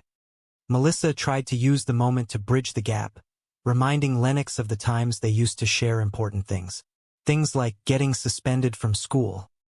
Lennox crossed her arms, her defensive walls slamming back into place. She stated bluntly that Miss Lent was a fascist. Melissa sighed, asking why Lennox could not have just called her that instead of writing an obscene poem. Lennox argued that she never got in trouble at her old private school.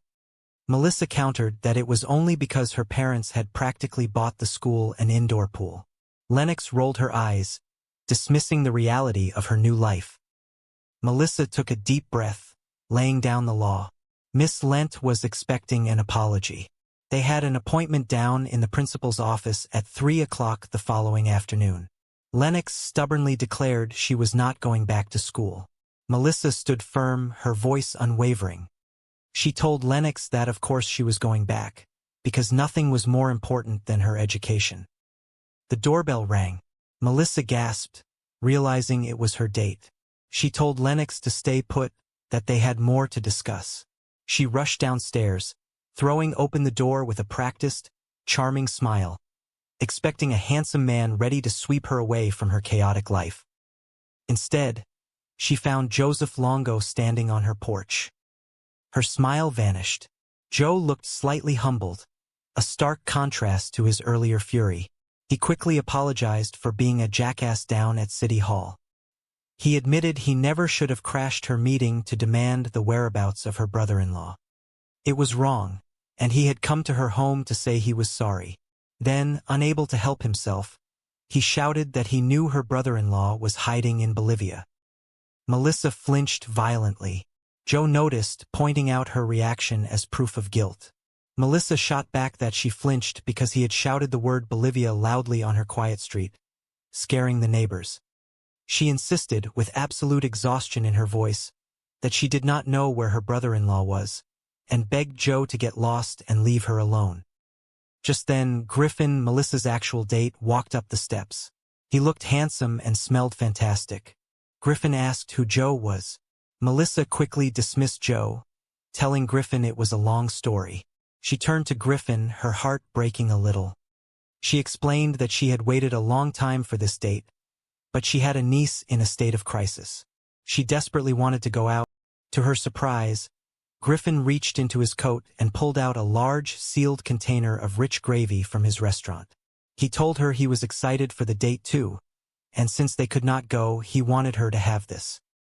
He handed her the bucket, suggesting it should hold her over for a few weeks, or however long this crisis lasted. Melissa took the heavy bucket, genuinely touched and completely bewildered by the absurdity of her life. The next day brought no relief.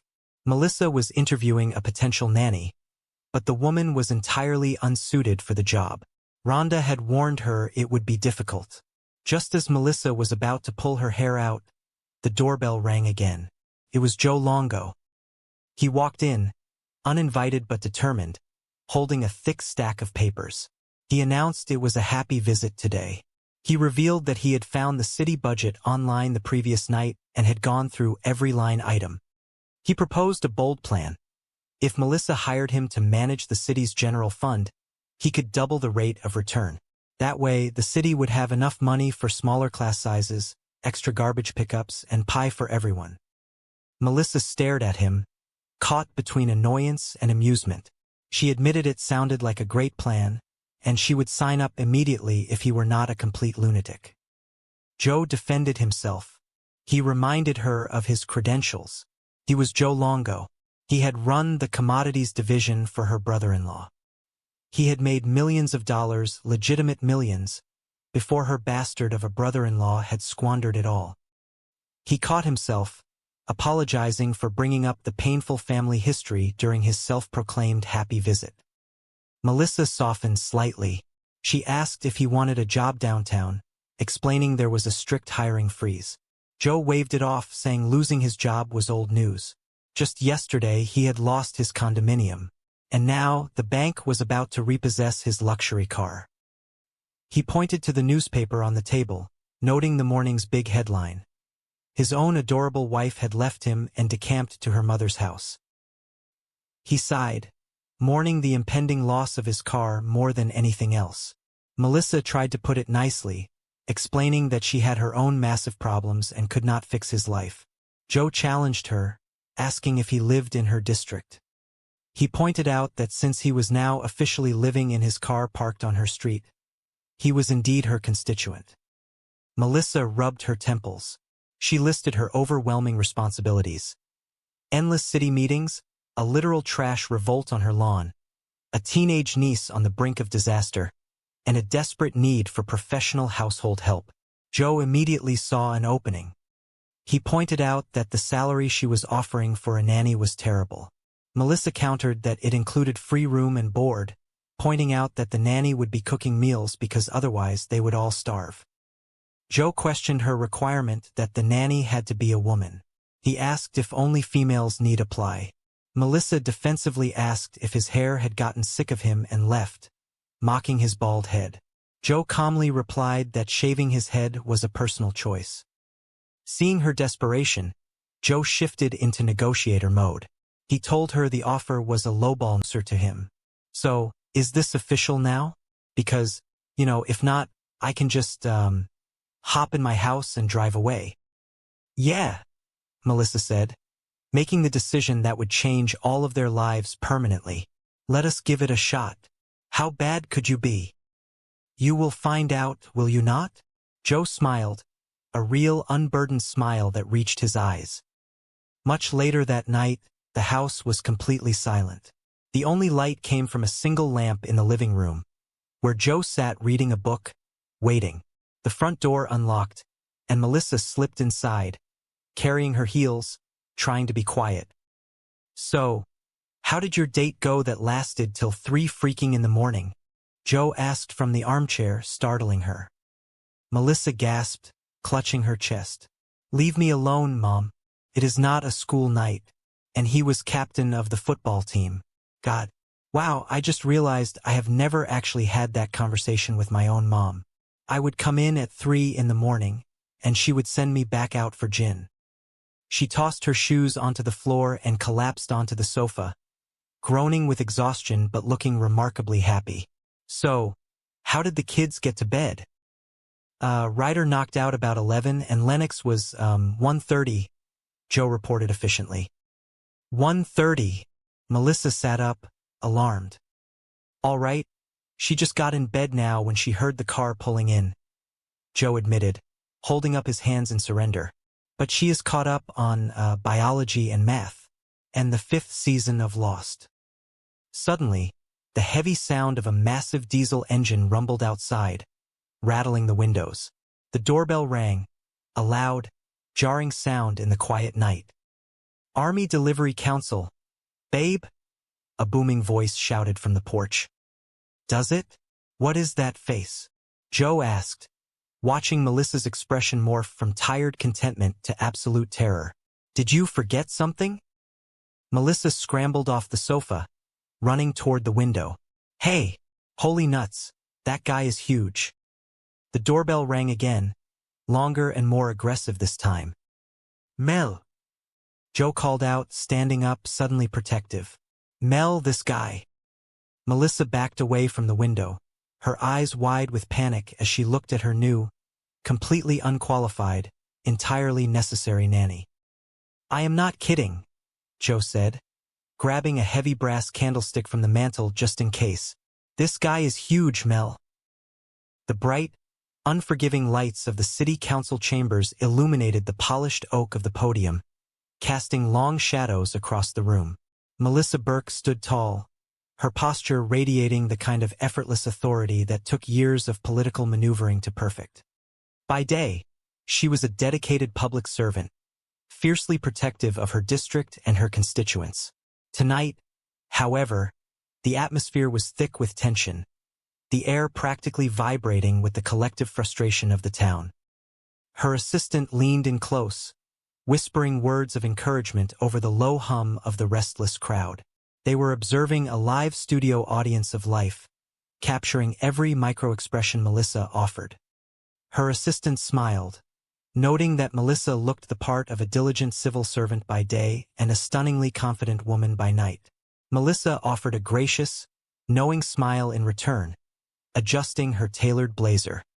She knew she had to turn on the heat, to bring a sense of fiery determination to her daily work, or else nothing in this city would ever get done. The agenda moved forward, and the next council story was up on the docket. Melissa cleared her throat, her voice echoing clearly through the microphone. From now on, she announced, the city would be capping elementary school class sizes at 22 students. It was a victory for education, a step towards a brighter future for the children. But progress always came with a price. Almost immediately, a voice boomed from the back of the room. An angry citizen, his face flushed with indignation, stepped up to the public microphone. He declared the new policy was garbage, a term he used quite literally, complaining that refuse was currently piling up in front of his restaurant because the city had cut sanitation pickups to once a week. Melissa maintained her composure, her expression a mask of calm empathy. She explained patiently that a reduction in trash service was exactly what paid for the smaller class sizes. It was a delicate balancing act of municipal resources. Her assistant later commended her, marveling at how crazy guys with trash bags could come at her. Yet she managed to stay the mature, rational adult through it all. Melissa nodded, a quiet pride blooming in her chest. Yes, she had. She had told the metaphorical garbage guy to suck it up, all with a polite smile. But the peace was short-lived. Another man stormed toward the front, his energy chaotic and intense. He was handsome, though currently disheveled, carrying an air of desperation that preceded him. Melissa recognized him instantly, though she wished she did not. She raised a hand, her voice firm but pleading. She asked him not to be that guy, the man who brings his literal and figurative garbage into a public arena and acts like a crazy person. She urged him to act like a gentleman. The man, Joseph Longo, was not in the mood for manners. He leaned into the microphone, his voice dripping with anger and loss, demanding to know where the money was that her brother-in-law had stolen from him. Melissa felt a familiar spike of anxiety. Her sister was involved in this massive financial scandal, and the fallout had fundamentally shattered Melissa's life. But she stood her ground. She reminded him that while it was her sister's husband who committed the crime, that person was not her.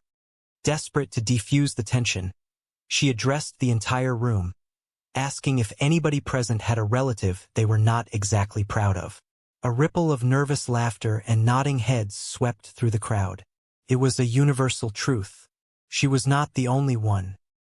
Later, safely tucked away in the quiet corridors behind the council chambers, her assistant tried to lighten the mood, noting that at least the angry man was cute. Melissa rolled her eyes, claiming she did not see it. Her assistant praised her composure, telling Melissa she had held her own up there, reminding everyone of her father, the esteemed senator who had once commanded those very halls. Melissa let out a long breath, checking her outfit, half joking as she asked if she smelled like the unruly protesters outside. Her friend assured her she smelled like authority. Melissa smiled, a spark of her usual confidence returning, declaring that authority was indeed her signature fragrance. She had to admit, in all humility, that she had handled the situation brilliantly. They shared a triumphant high-five, acknowledging that the brother-in-law and his various felonies had totally shifted the focus of the meeting away from the sanitation debate. They had successfully put the whole trash issue to bed.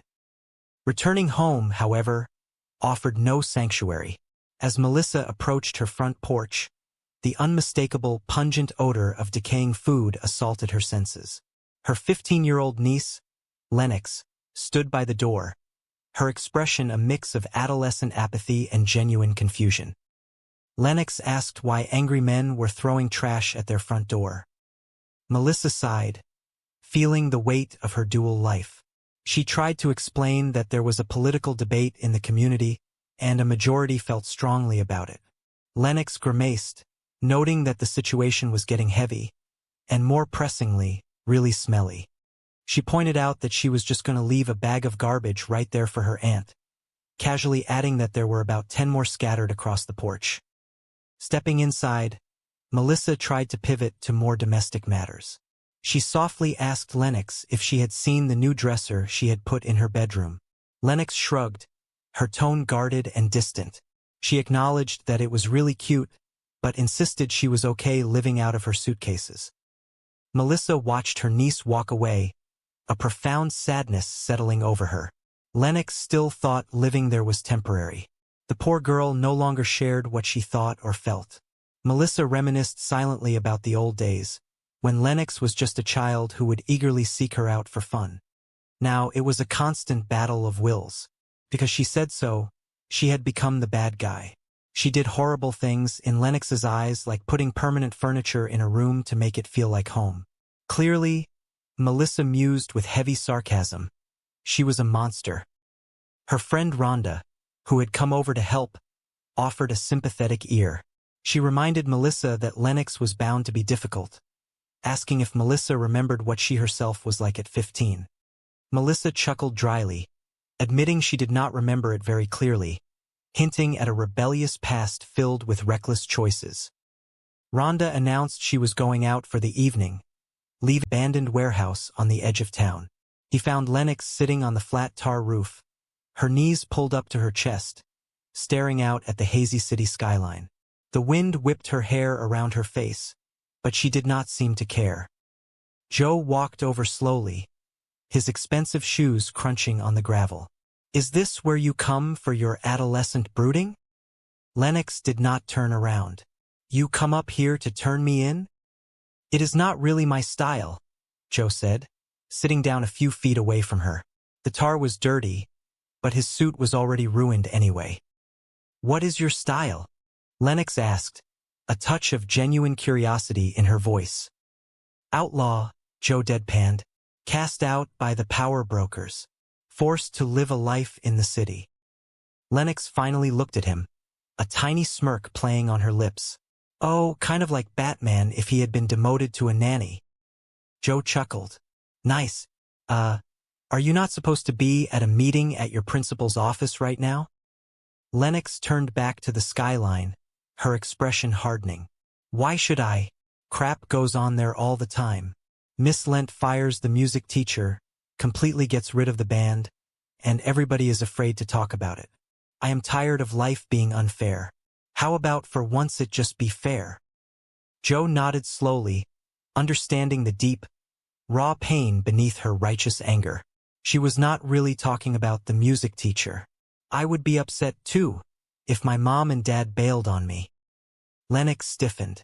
You are talking about Miss Lent. You say so, Joe replied gently. You do not know anything about me? Lennox snapped, blinking rapidly to hold back tears.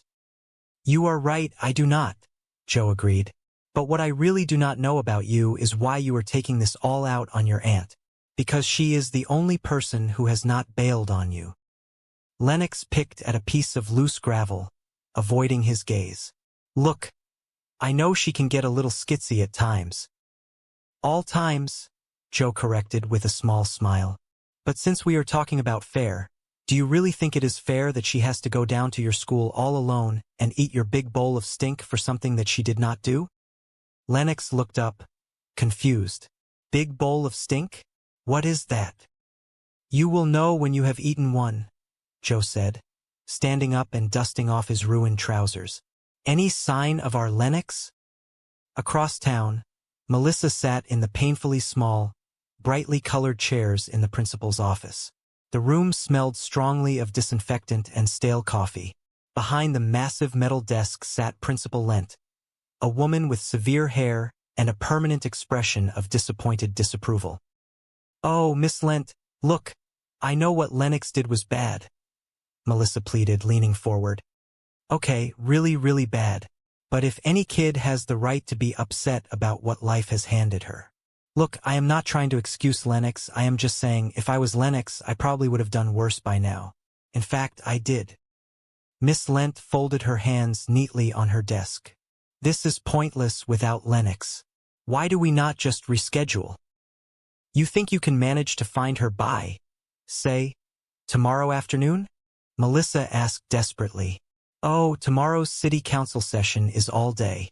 But we take lunch 12 to 1. I do not know when you break. Miss Lent sighed, a sound full of judgment.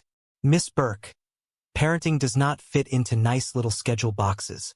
You know, it might be helpful to look not just at what Lennox is doing, but at the job you are doing. The words hit Melissa like a physical blow. She felt the tears welling up, the sheer exhaustion and terror of failing these kids threatening to overwhelm her completely. She is doing okay, she whispered, her voice cracking. The door to the office creaked open. Lennox stood in the doorway, looking small and nervous. Joe stood right behind her, offering a reassuring nod. Hey, Lennox said softly. She walked into the room, standing beside Melissa's tiny chair. I am sorry I am late, and I am sorry about the other day with the poem, and I am sorry about the stuff that I said. I was mad, and apparently not really at you. She looked down at Melissa, her eyes softening for the first time in months. But there is no need to blame my aunt. She has been getting enough of that for me. You know, at least she is trying. Miss Lent looked surprised, her severe expression softening just a fraction. Okay, whatever. Let us just get to the stink eating part. Miss Lent blinked. The what eating part? Later that evening, the Burke house felt completely different. The crushing tension that had suffocated the rooms for months had miraculously lifted. The smell of a home-cooked meal, courtesy of Joe, lingered in the air. In the living room, Joe was holding a basketball, demonstrating a shooting technique to Ryder. All right, let us see what you got. Here is a thought, my hip young brother man. Try loosening up your knees a little bit. Ryder took the ball, bent his knees, and shot a perfect imaginary basket. You are welcome. I heard about all the crap you have been going through. You know, with your wife going broke, losing your car, your condo. I mean, how can you even walk? Joe froze, the casual bravado dropping away. Oh, sorry. I did not mean to. No. It is all right, Joe said, recovering quickly with a dry, self-deprecating smile. I am aware that my life is an abyss of inky black despair. Thanks for the pep talk. Melissa walked into the room, a warm, genuine smile on her face. Hey, could you show me how to do that? Only if you taped it. I have no idea, Joe joked, tossing the basketball to Ryder. Ryder caught the ball and headed upstairs, leaving the two adults alone in the living room. Oh, I am sorry. I am sorry. I am sorry, Melissa chanted playfully, walking over to Joe. Your aunt. I meant your aunt. Hey, so I ate my whole big bowl of stink. I even went back for seconds. Ugh. I am going to go brush my teeth now. She held out her hand, palms up. Hands.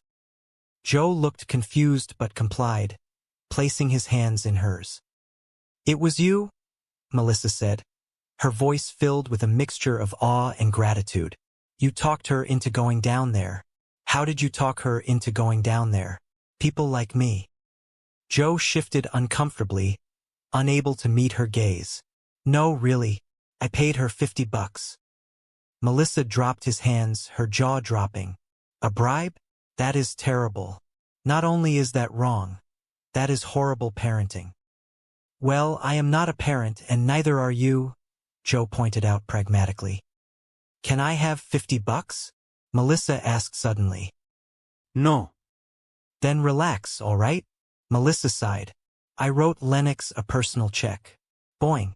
Another very valuable life lesson. She looked at him, shaking her head in disbelief. So is this how you ran your youth center right out of college? Joe chuckled, a low, honest sound. Oh, please, there was no youth center. Melissa crossed her arms, trying to look stern but failing completely. Can I speak to you in the other room? Joe followed her into the kitchen. Nice knowing you. Oh, I will be fine. You lie, you bribe. Is there anything you will not do? Melissa demanded. Windows, Joe replied instantly. Look, Burke, I am just trying to help you out here, you know? I mean, I may have played it fast and loose, but Lennox apologized to that lung woman, right? Yes, Melissa admitted softly. Yes, she did. She also, as it happens, said a few nice things about me. In front of me. It is the first time since she has been here. Frankly, it took my breath away. She narrowed her eyes, a sudden, horrifying thought striking her. Oh my God, you did not pay her to do that too, did you? No, Joe said softly, his expression turning entirely genuine. She gave me that one free of charge. He smirked, the arrogance returning just a little bit. Although it may be my mere presence in this household that is sort of seamlessly pulling everything together. Melissa rolled her eyes, but she was smiling. Oh my God. Let us believe that. She paused, turning serious. Oh, I almost forgot. A Regency nanny has called. They said that Mrs. Dietrich is available and that she will be here 8 in the morning tomorrow. Joe's face fell.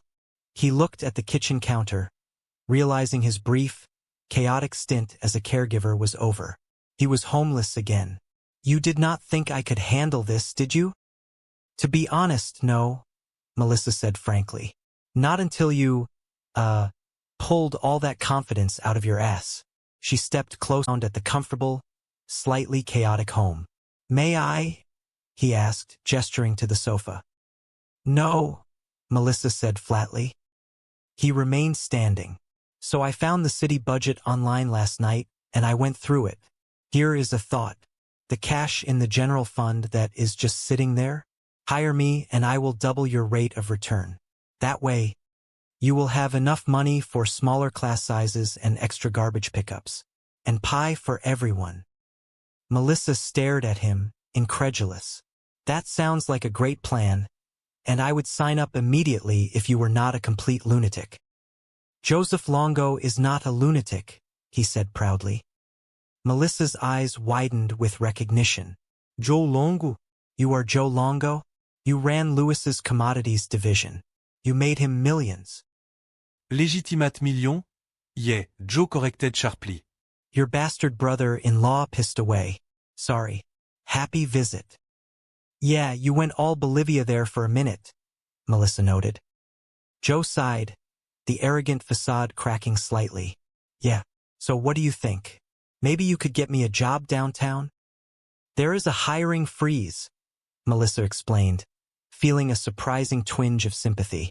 I am really sorry you lost your job.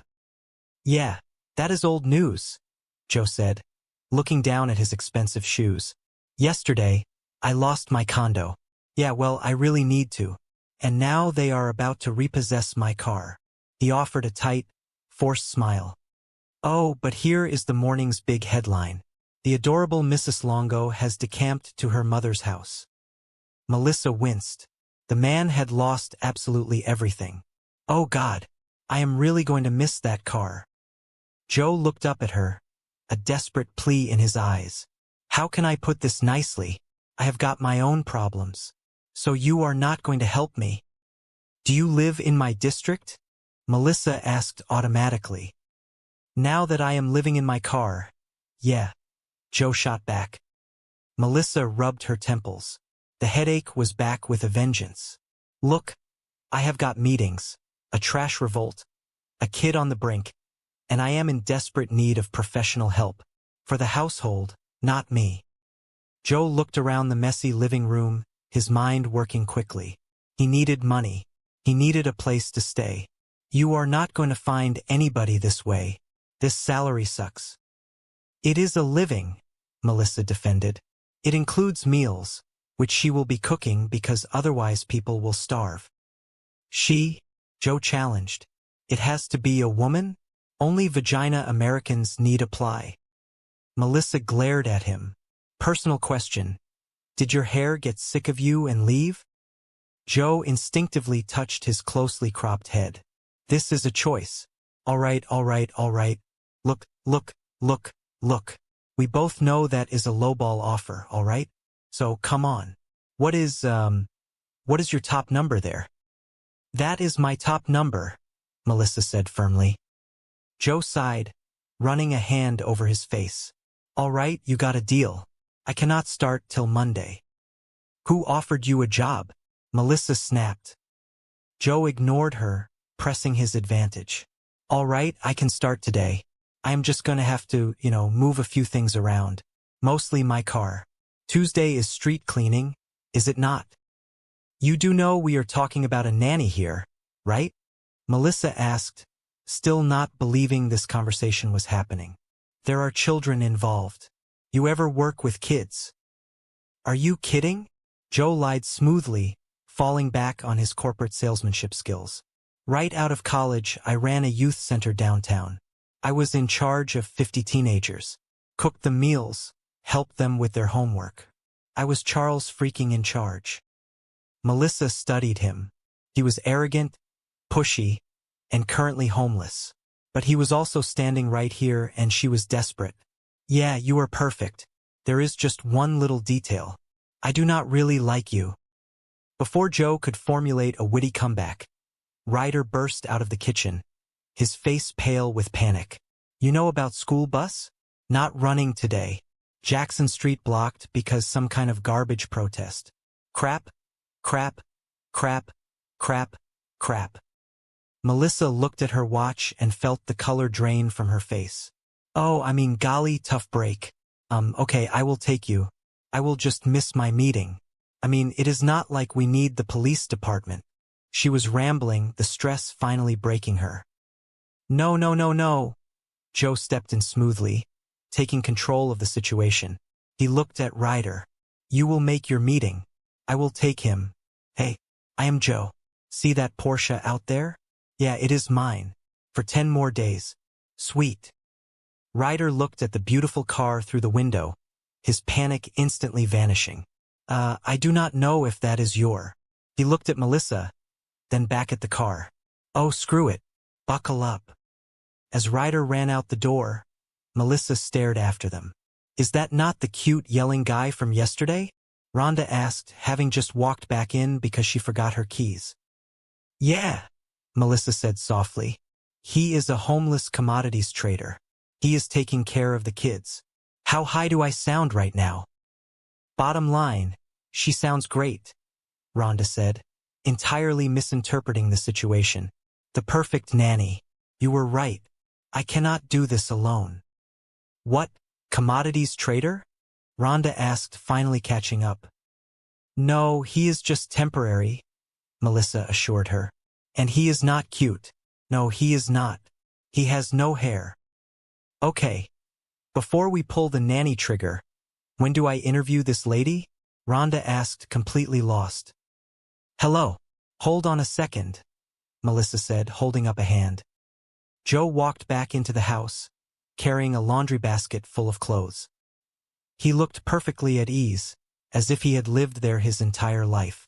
Hey, let me ask you something. When is the last time anybody did any laundry in this household? You people live like pigs. Melissa stared in horror as he pulled out a delicate lace undergarment. These are my delicates. How did you get my delicates? Were you in my room? Yeah, Joe said unapologetically. Rhonda nodded slowly.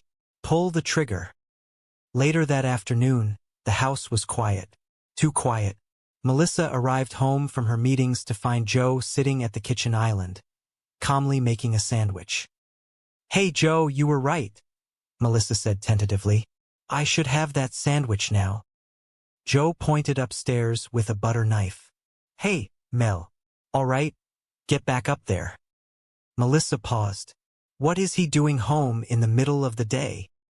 His history paper, Joe replied simply, taking a bite of his sandwich. What? Melissa gaped at him. Wow. All right, pack the veins back in your forehead.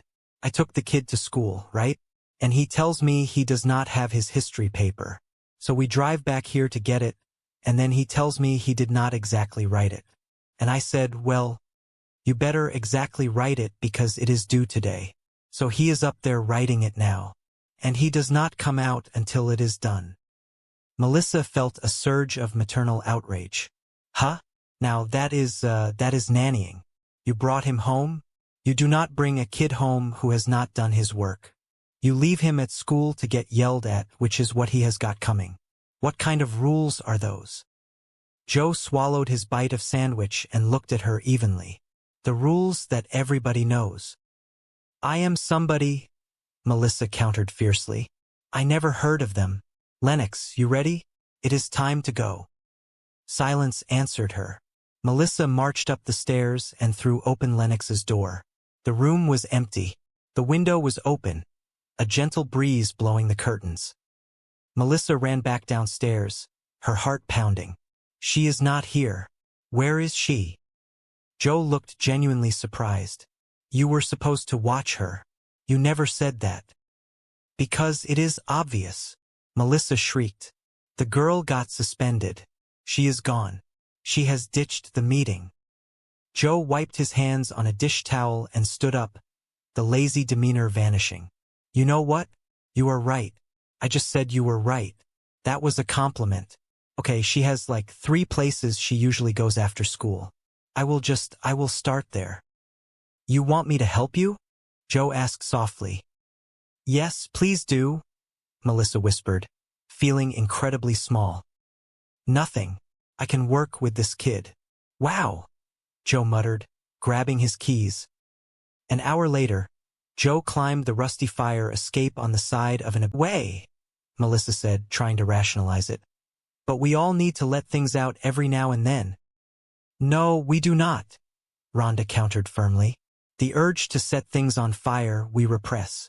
Thanks for babysitting. I have not had a date since the kids moved in. It has been so long. I am actually nervous. Melissa hurried upstairs to change. When she returned, she was holding up 2 pairs of shoes, her face a mask of indecision. All right, what do you think? These say smart, independent, bright political future. These say former bad girl. Rhonda pointed without hesitation to the second pair. She is back. What, are you going hiking? Those, Melissa decided, grabbing the first pair. That is yours, she added, handing Rhonda her ringing cell phone. Rhonda answered it. Hello? Yes. Hello? Channel school principal. Her expression shifted from polite to shocked. She did what? What did she do? When? Where? Really? Today? Melissa froze, a cold dread washing over her. Lennox did that, Rhonda whispered to Melissa, covering the receiver. Then, speaking back into the phone, Mrs., I find that hard to believe. No, she did not tell me. It is not at all typical. Of course I believe you. I know when something is serious. It is really serious. I am really sorry that this happened. I will talk to Mel, but I am telling you, this could not have happened. Rhonda hung up the phone and looked at Melissa, her eyes wide with panic. Guess what? Today at school, Lennox handed out flyers containing an original poem, rhyming her principal's name in a creative way that did not go over well with Miss Lent. Melissa closed her eyes, feeling a headache blossoming behind her temples. Not to send up a flare, Rhonda continued cautiously, but there is a possibility Channel 5 has a story. Are you sure? Melissa asked, her voice tight. Pretty sure. I was just on the air, denying it. Melissa slumped onto the sofa, the wind completely knocked out of her sails. 2 months. 2 months living with me and she gets suspended. Legal guardian of the year. Thank you. Rhonda sat beside her, her voice gentle but firm. I keep telling you, hire somebody. An organizer, a professional. Those kids need structure and discipline and possibly electroshock therapy. And you, my dear, cannot do everything. Melissa sat up straighter, gathering the fragmented pieces of her resolve. Well, maybe not everything, but I can certainly do this. It is just a matter of going up there and setting that girl straight. She stood up, smoothing her dress. I have not moved yet, have I? Why is my sister not here to discipline her own daughter? Melissa muttered bitterly to herself. Because she is locked up in federal prison. Taking a deep breath, Melissa marched up the stairs and knocked softly on Lennox's bedroom door before pushing it open. Lennox was sitting on her bed, scrolling mindlessly through her phone, ignoring the beautiful new dresser entirely. Melissa spotted a framed photograph leaning against the wall and picked it up. Remember you and me at the Fall Out Boy concert? I just found this old picture. Lennox did not even look up. Oh, you mean the one that was hanging very obviously in the hallway outside the door? Not obviously, Melissa corrected gently. Affectionately. That was some night. Huh? Fall Out Boy. Woo-hoo. She tried a small, enthusiastic cheer, but it fell completely flat in the silent room. Where are we going with this? I was just remembering the good times, you know? When we shared, told each other things. Important things. That happened. Today. Lennox finally lowered her phone, her eyes flashing with a mix of anger and defensiveness. Oh, come on. You did not think I got suspended with something you might share. Okay, I will share this, Melissa said, trying to keep her tone even. Miss Lent is a fascist, Lennox declared passionately. Why could you not have called her that? Melissa asked, genuinely exasperated. Instead of, you know. Well, I never got in trouble at my old school. Lennox shot back, folding her arms across her chest. That is because your parents bought the indoor pool, Melissa reminded her gently. Lennox rolled her eyes. It did not even have a spa. Like, what is up with that? Whatever. Melissa took a step closer, adopting her most authoritative councilwoman voice. Look, Miss Lent is expecting an apology. You and I have an appointment down in her office at 3 o'clock tomorrow. Lennox let out a harsh, bitter laugh. Great. You let me know how that goes. Lennox, until you talk to her, you cannot go back to school. Oh, well, guess I am not going back to school. Of course you are, Melissa insisted, her frustration boiling over. This is your education. Nothing is more important. The doorbell rang downstairs, saving them from further argument. Oh, that is my date, Melissa said, pointing a finger at Lennox. Oh, I have more to say. You just stay right there. I will. Stay. Melissa hurried downstairs, expecting to see Griffin, the handsome, patient man she was supposed to go out with. Instead, when she opened the door, she found the crazed man in the tailored suit from the city council meeting standing on her porch. "Oh, gross," Melissa muttered, trying to close the door. "I was expecting my date." "I will be quick," the man said, wedging his expensive shoe in the doorframe. He looked exhausted, the manic energy from earlier replaced by a heavy, profound weariness. "I was a jackass down at City Hall. I never should have crashed your meeting asking where your brother-in-law was. That was wrong. And I just wanted to come here and say that I am sorry." Melissa studied him. He seemed sincere. But then, as if unable to help himself, he shouted, "Bolivia! Louis is in Bolivia, is he not?" Melissa jumped, startled. "You just flinched?" the man accused, a triumphant spark in his eye. "I flinched because you shouted Bolivia," Melissa yelled back. "Okay, people in Bolivia flinched. Look, I do not know where the hell he is. Now get lost and leave me alone." Just as she was about to shove the door shut, another man walked up the steps. It was Griffin, looking handsome and smelling of expensive cologne. He stopped, looking confusedly between Melissa and the stranger. "Hi, Griffin," Melissa said, her voice dropping an octave, trying to sound smooth and unbothered. "Hey, do you not look nice and smell handsome?" Griffin looked at the stranger. "Who is this guy?" "Oh, no guy," the stranger said quickly, stepping back. "I am a..." Melissa started, then stopped, realizing the impossible situation she was in. Her niece was suspended and refusing to apologize. Her nephew was a potential arsonist. Her house was surrounded by angry garbage protesters, and she was supposed to go enjoy a romantic dinner. It was impossible. "Look, Griffin," Melissa sighed, the fight draining out of her. "I know you have waited a long time for this date, and so have I. I mean, look, great. Look, I have a niece in crisis, and I really want to go on this date. But, I have to spend some time with her, and I so want to be spending time with you. But, man, you smell great." Griffin offered a sympathetic, incredibly understanding smile. "Look, I am really excited about this date. I just cannot go on it, so let me do this." He stepped forward, taking Melissa's face in his hands, and kissed her deeply. It was a wonderful, breathtaking kiss that made Melissa forget about the trash and the teenagers for exactly 10 seconds. He pulled away, smiling. "There, that should hold you for a few weeks, maybe more. We just do not know." "Wow," Melissa whispered as Griffin walked away. "That is a whole bucket of gravy." The stranger cleared his throat awkwardly. Melissa turned, having completely forgotten he was there.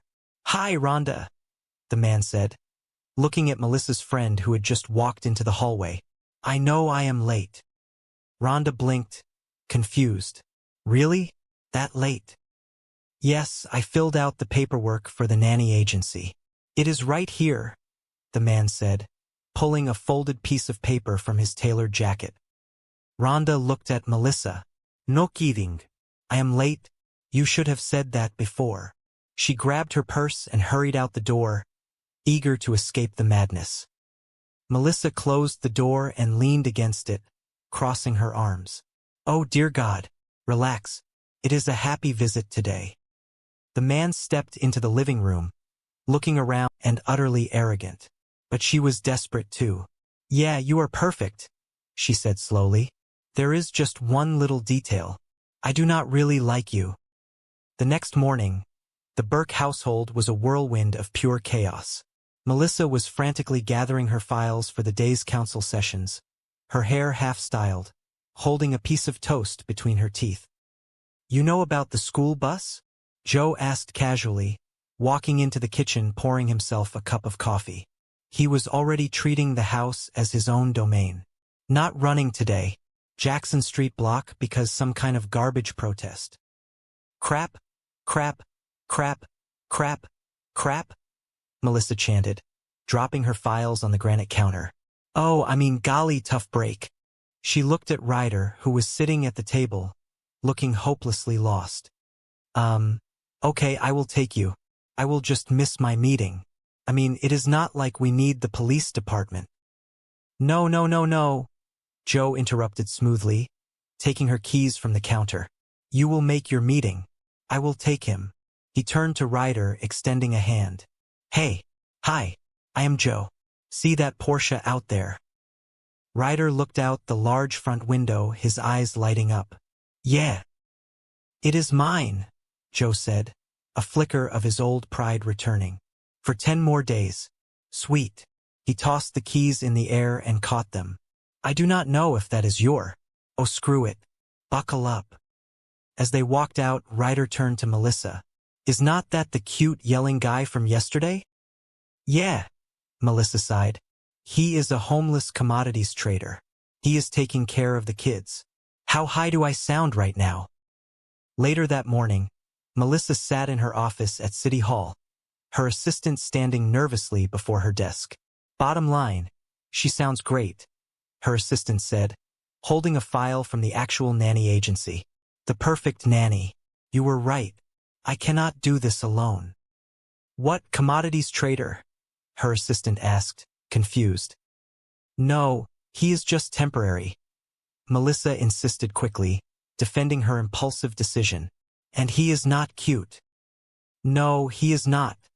Her assistant agreed, confused by the sudden change in topic. He has no hair. Melissa tapped her pen against her desk. Okay. Before we pull the nanny trigger, when do I interview this lady? Her desk telephone rang. She picked it up. Hello. Hold on a second. It was Joe. His voice boomed through the receiver. Hey, let me ask you something. When is the last time anybody did any laundry in this household? You people live like pigs. Melissa felt her face flush with hot embarrassment. These are my delicates. How did you get my delicates? Were you in my room? Yeah, Joe replied cheerfully, entirely unbothered. Melissa slammed the phone down. She looked at her assistant, her eyes wide with a mixture of terror and resolve. Pull the trigger. When Melissa returned home for a brief lunch break, she expected to find the house in ruins. Instead, it was eerily quiet. She walked into the living room and found Joe sitting in an armchair, reading a financial newspaper. Hey, Joe, Melissa said, surprised by the domestic tranquility. You were right. I should have that sandwich now. Hey, Mel. She noticed Ryder walking down the stairs, looking profoundly unhappy. He stopped, looking at Joe with pure resentment. All right, get back up there, Joe commanded, not even looking up from his paper.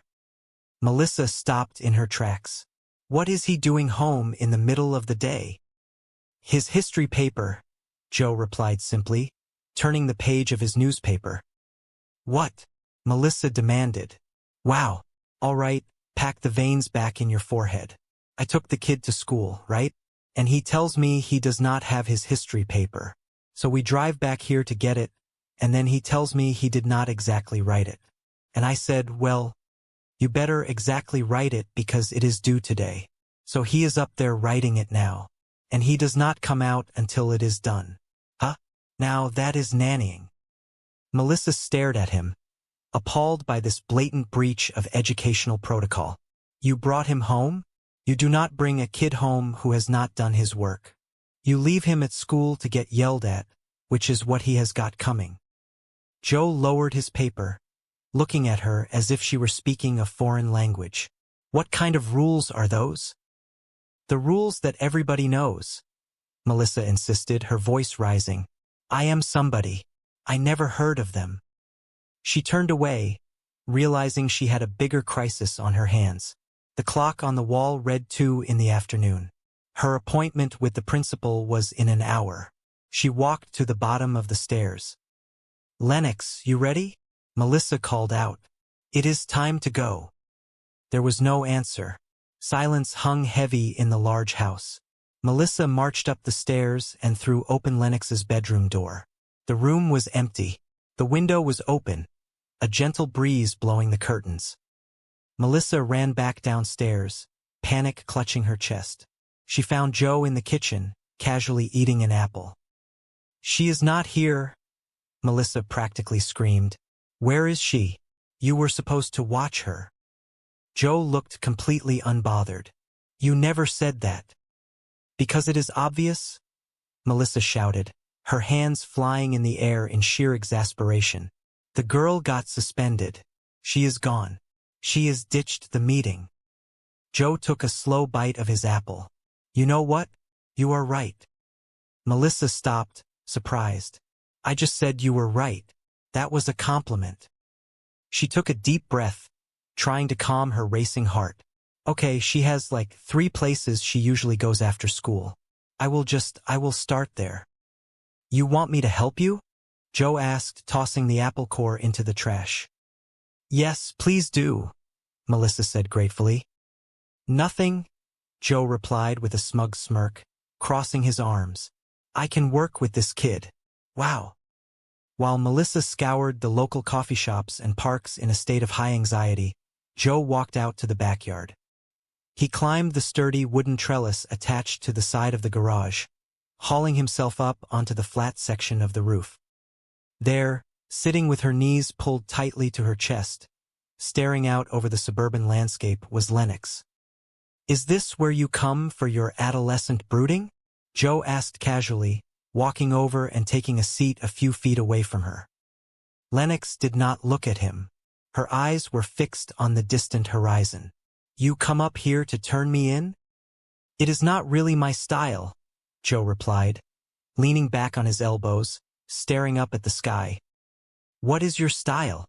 Lennox asked, a hint of genuine curiosity breaking through her armor. Outlaw, Joe said, a theatrical gravity in his voice, cast out by the power brokers, forced to live a life in the city. Lennox finally turned to look at him, a small, genuine smile playing on her lips.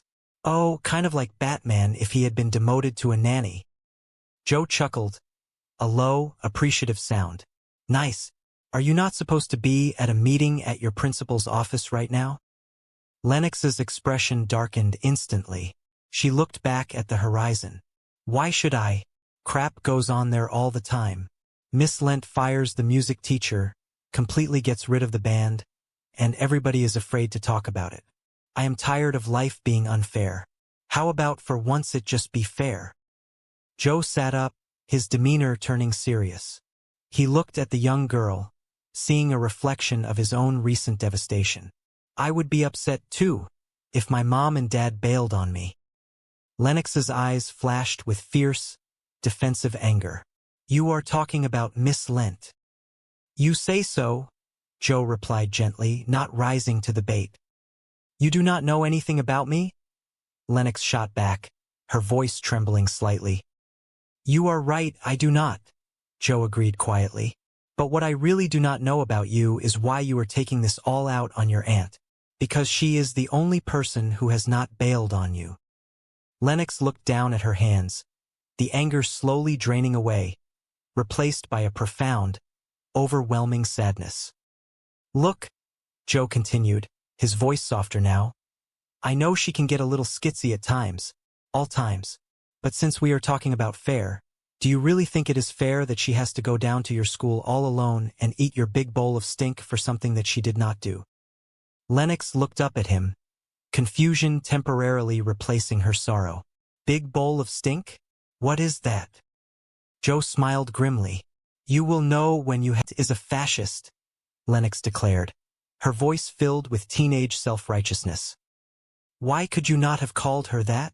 Melissa pleaded, instead of, you know. Well, I never got in trouble at my old school. Lennox shot back, a hint of vulnerability cracking through her anger. That is because your parents bought the indoor pool, Melissa reminded her, stating a harsh reality of their past privileged life. Lennox scoffed. It did not even have a spa. Like, what is up with that? Whatever. Look, Miss Lent is expecting an apology. You and I have an appointment down in her office at 3 o'clock tomorrow. Great, Lennox muttered, looking away. You let me know how that goes. Lennox, until you talk to her, you cannot go back to school, Melissa stated firmly. Oh, well, guess I am not going back to school, Lennox replied with stubborn finality. Of course you are, Melissa insisted, her voice rising slightly. This is your education. Nothing is more important. Before the argument could escalate, the doorbell rang downstairs. Melissa sighed, rubbing her forehead. Oh, that is my date. Oh, I have more to say. You just stay right there. I will. Stay. Melissa hurried downstairs, adjusting her dress, trying to transition from furious guardian to charming date. She pulled open the front door with a bright, welcoming smile. Oh, gross, she blurted out, her smile vanishing instantly. I was expecting my date. Standing on her porch was not Griffin, the handsome man she was supposed to meet, but the angry, suited man from the city council meeting. He looked exhausted, the fight drained out of him. I will be quick, the man said, shoving his hands into his pockets. I was a jackass down at City Hall. I never should have crashed your meeting asking where your brother-in-law was. That was wrong. And I just wanted to come here and say that I am sorry.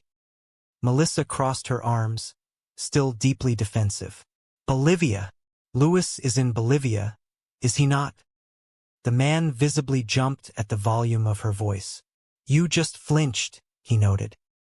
I flinched because you shouted Bolivia, Melissa retorted. Okay, people in Bolivia flinched. Look, I do not know where the hell he is. Now get lost and leave me alone. Just as she was about to slam the door, a sleek car pulled into the driveway. A tall, incredibly handsome man stepped out, holding a large bouquet of flowers. Hi, Griffin, Melissa called out, her voice softening into a melodic purr. Hey, Griffin said, walking up the steps, looking confused at the angry man standing on the porch. Do you not look nice and smell handsome? Who is this guy? Oh, no guy, Melissa said quickly, stepping between them. I am a. Look, Griffin, I know you have waited a long time for this date, and so have I. Look. Great. Look, I have a niece in crisis, and I really want to go on this date. But, I have to spend some time with her, and I so want to be spending time with you. But, man, you smell great. Griffin looked incredibly disappointed, but he was a gentleman. Look, I am really excited to buy this date, he said gently. I just cannot go on it, so let me do this. There. He handed her a large, beautifully wrapped box he had brought from his car. That should hold you for a few weeks, maybe more. We just do not know. Wow, Melissa said, genuinely touched as she took the heavy box. That is a whole bucket of gravy. Griffin smiled, turned, and walked back to his car. Melissa watched him go, a profound sense of loss washing over her. She turned back to find Rhonda rushing to the door. Hi, Rhonda, Melissa sighed, feeling the exhaustion deep in her bones. I know I am late. Really? That late? Rhonda asked, completely oblivious to the ruined date. Yes, I filled out the paperwork for the nanny agency. It is right here. No kidding, Melissa muttered, taking the papers. I am late. The man on the porch suddenly chimed in, realizing he was still standing there. You should have said that before. Oh, dear God, Melissa groaned, rubbing her temples. Relax. It is a happy visit today, the man declared, a sudden, desperate brightness in his eyes. May I? Melissa asked, gesturing for him to leave. No, the man insisted, stepping forward. So I found the city budget online last night, and I went through it. Here is a thought. The cash in the general fund that is just sitting there? Hire me and I will double your rate of return. That way, you will have enough money for smaller class sizes and extra garbage pickups. And pie for everyone. Melissa stared at him, bewildered by his audacity. That sounds like a great plan, and I would sign up immediately if you were not a complete lunatic. Joseph Longo is not a lunatic, he declared, puffing out his chest slightly. Melissa's eyes widened in realization. Joe Longo? You are Joe Longo? You ran Lewis Commodities division. You made him millions. Legitimate millions. Yeah, Joe confirmed, a bitter edge creeping into his voice. Your bastard brother-in-law pissed away. He caught himself seeing Melissa's defensive posture. Sorry. Happy visit. Yeah, you went all Bolivia there for a minute, Melissa noted drily. Yeah, Joe sighed, the false cheer vanishing. So what do you think? Maybe you could get me a job downtown? Melissa shook her head slowly. There is a hiring freeze. I am really sorry you lost your job. Yeah, that is old news, Joe replied, looking away, staring into the dark suburban street. Yesterday, I lost my condo. He swallowed hard, pride battling with desperation. Yeah, well, I really need to. And now they are about to repossess my car. Oh, but here is the morning's big headline. The adorable Mrs. Longo has decamped to her mother's house. Melissa felt a pang of genuine sympathy. The man was arrogant, but he was undeniably broken. Oh, God, she whispered. I am really going to miss that car, Joe added softly, a tragic confession that spoke volumes about his priorities and his pain. Melissa took a deep breath, stepping back onto her porch. How can I put this nicely? I have got my own problems. So you are not going to help me? Joe asked, his shoulders slumping. Do you live in my district? Now that I am living in my car, yeah. Melissa looked at the nanny agency paperwork in her hand, then looked up at Joe. An insane, completely irrational idea began to form in her mind. Look, I have got meetings, a trash revolt, a kid on the brink, and I am in desperate need of professional help. For the household, not me. Joe scoffed, gesturing around. You are not going to find anybody this way. This salary sucks. It is a living, Melissa countered defensively. It includes meals, which she will be cooking because otherwise people will starve. She? Joe asked, stepping closer. It has to be a woman? Only vagina Americans need apply. Melissa glared at him. Personal question. Did your hair get sick of you and leave? This is a choice. They stared at each other, a silent standoff in the cool night air. Joe looked at the beautiful house, the warm light spilling from the windows, and then out toward his car, which would soon be his only shelter. All right, all right, all right, Joe said rapidly, his hands raised in surrender. Look, look, look, look. We both know that is a lowball offer, all right? So come on. What is your top number there? Melissa crossed her arms. That is my top number. Joe hesitated for a fraction of a second, his former trader instincts warring with his current reality. All right, you gotta deal with it. I cannot start till Monday. Who offered you a job? Melissa asked, her voice sharp with disbelief. Joe completely ignored her question, pushing forward with pure bravado. All right, I can start today. I am just gonna have to, move a few things around. Mostly my car. Tuesday is street cleaning, is it not? You do know we are talking about a nanny here, right? Melissa demanded, trying to inject some sanity into the conversation. There are children involved. You ever work with kids? Joe laughed a loud, booming laugh that echoed in the quiet neighborhood. Are you kidding? Right out of college, I ran a youth center downtown. I was in charge of 50 teenagers. Cooked them meals, helped them with their homework. I was Charles Friggin in charge. Melissa studied him. He was desperate, completely unqualified. Me, Melissa stated, finding a shred of humor in the dark situation. At least he was cute. An hour later, the meeting was mercifully adjourned. Melissa retreated to the back offices, her adrenaline slowly receding. Her friend Rhonda, who had watched the entire spectacle unfold, handed her a cup of water. Yeah, I do not see it, Rhonda said, referencing Melissa's comment about Louis being cute. You held your own up there. You remind me of your father, the esteemed senator. Melissa exhaled a long breath, dropping her head into her hands. Her father was a political legend, a man who commanded respect merely by entering a room. Oh my God, Melissa groaned, looking up with a look of pure panic. Did I smell like strippers? Rhonda laughed, a rich, full sound. No, you smelled like authority. Oh, Melissa said, perking up instantly, smoothing her hair. Well, that is my fragrance. She struck a playful pose. Yeah, I have to say, in all humility, I was, yes, smoking. Up high, down low, Rhonda cheered, offering a high five which Melissa enthusiastically returned. Okay. Plus, your brother-in-law and his various felonies totally shifted the focus of the meeting. I think you put the whole trash issue to bed. The relief was short-lived. By the time Melissa pulled her car into the driveway of her beautiful suburban home, reality came crashing back. The front porch was lined with refuse. Her 15-year-old niece, Lennox, was standing on the porch, her arms crossed tight over her chest, staring at the debris with a mixture of disgust and teenage apathy. Aunt Mel, Lennox called out as Melissa stepped out of the car. Why are angry white guys throwing trash at our front door? Melissa sighed, picking her way carefully up the steps. There is a political debate in the community in which the majority feels as though. She stopped. The smell was undeniably potent. This is getting heavy, and really smelly.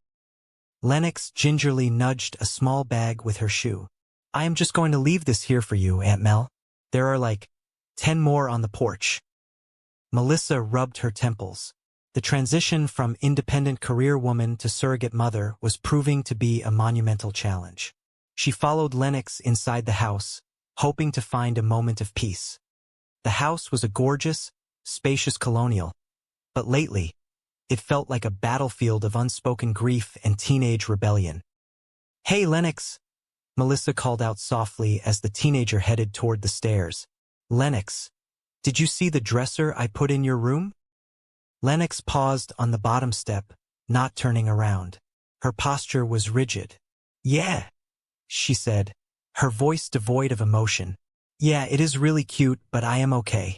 I have got suitcases. Melissa watched her niece ascend the stairs, feeling a sharp ache in her chest. She thinks living here is temporary, Melissa realized with a heavy heart. She no longer tells me what she thinks. I used to be the cool aunt. It used to be, I will sneak out of the house, Aunt Mel. Let us get matching tattoos, Aunt Mel. Now, it is just cold shoulders because I said so, Aunt Mel. I do horrible things like put furniture in her room. Clearly, I am a monster. Later that evening, Rhonda arrived to help keep an eye on things. Melissa was pacing the living room, a whirlwind of nervous energy. Of course she is difficult, Rhonda reasoned, sitting comfortably on the sofa. Do you not remember what you were like at 15? Melissa paused, a guilty smile touching her lips. Not very clearly. Did a lot of drinking then. She checked her reflection in the hallway mirror. I am going out tonight, so Rhonda is staying with you guys if you need anything. Ryder, Melissa's young nephew, wandered into the room bouncing a basketball. He looked lost, a boy adrift in a new world without his parents. Coach says you need a better jump shot, Rhonda told Ryder, catching the ball with surprising agility. You got one of those?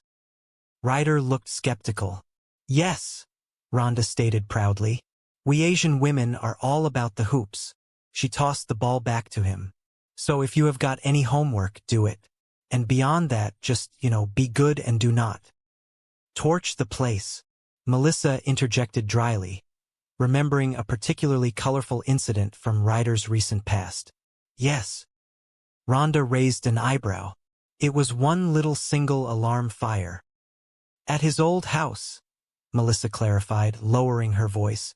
The week his dad ran off. He was angry. He just stacked 20 of his dad's suits on the driveway, added some top-shelf cognac, and lit them up. In a way, Rhonda offered gently, we all need to let things out every now and then. No, we do not, Melissa insisted firmly, adjusting her earrings. The urge to set things on fire we repress. Thanks for babysitting.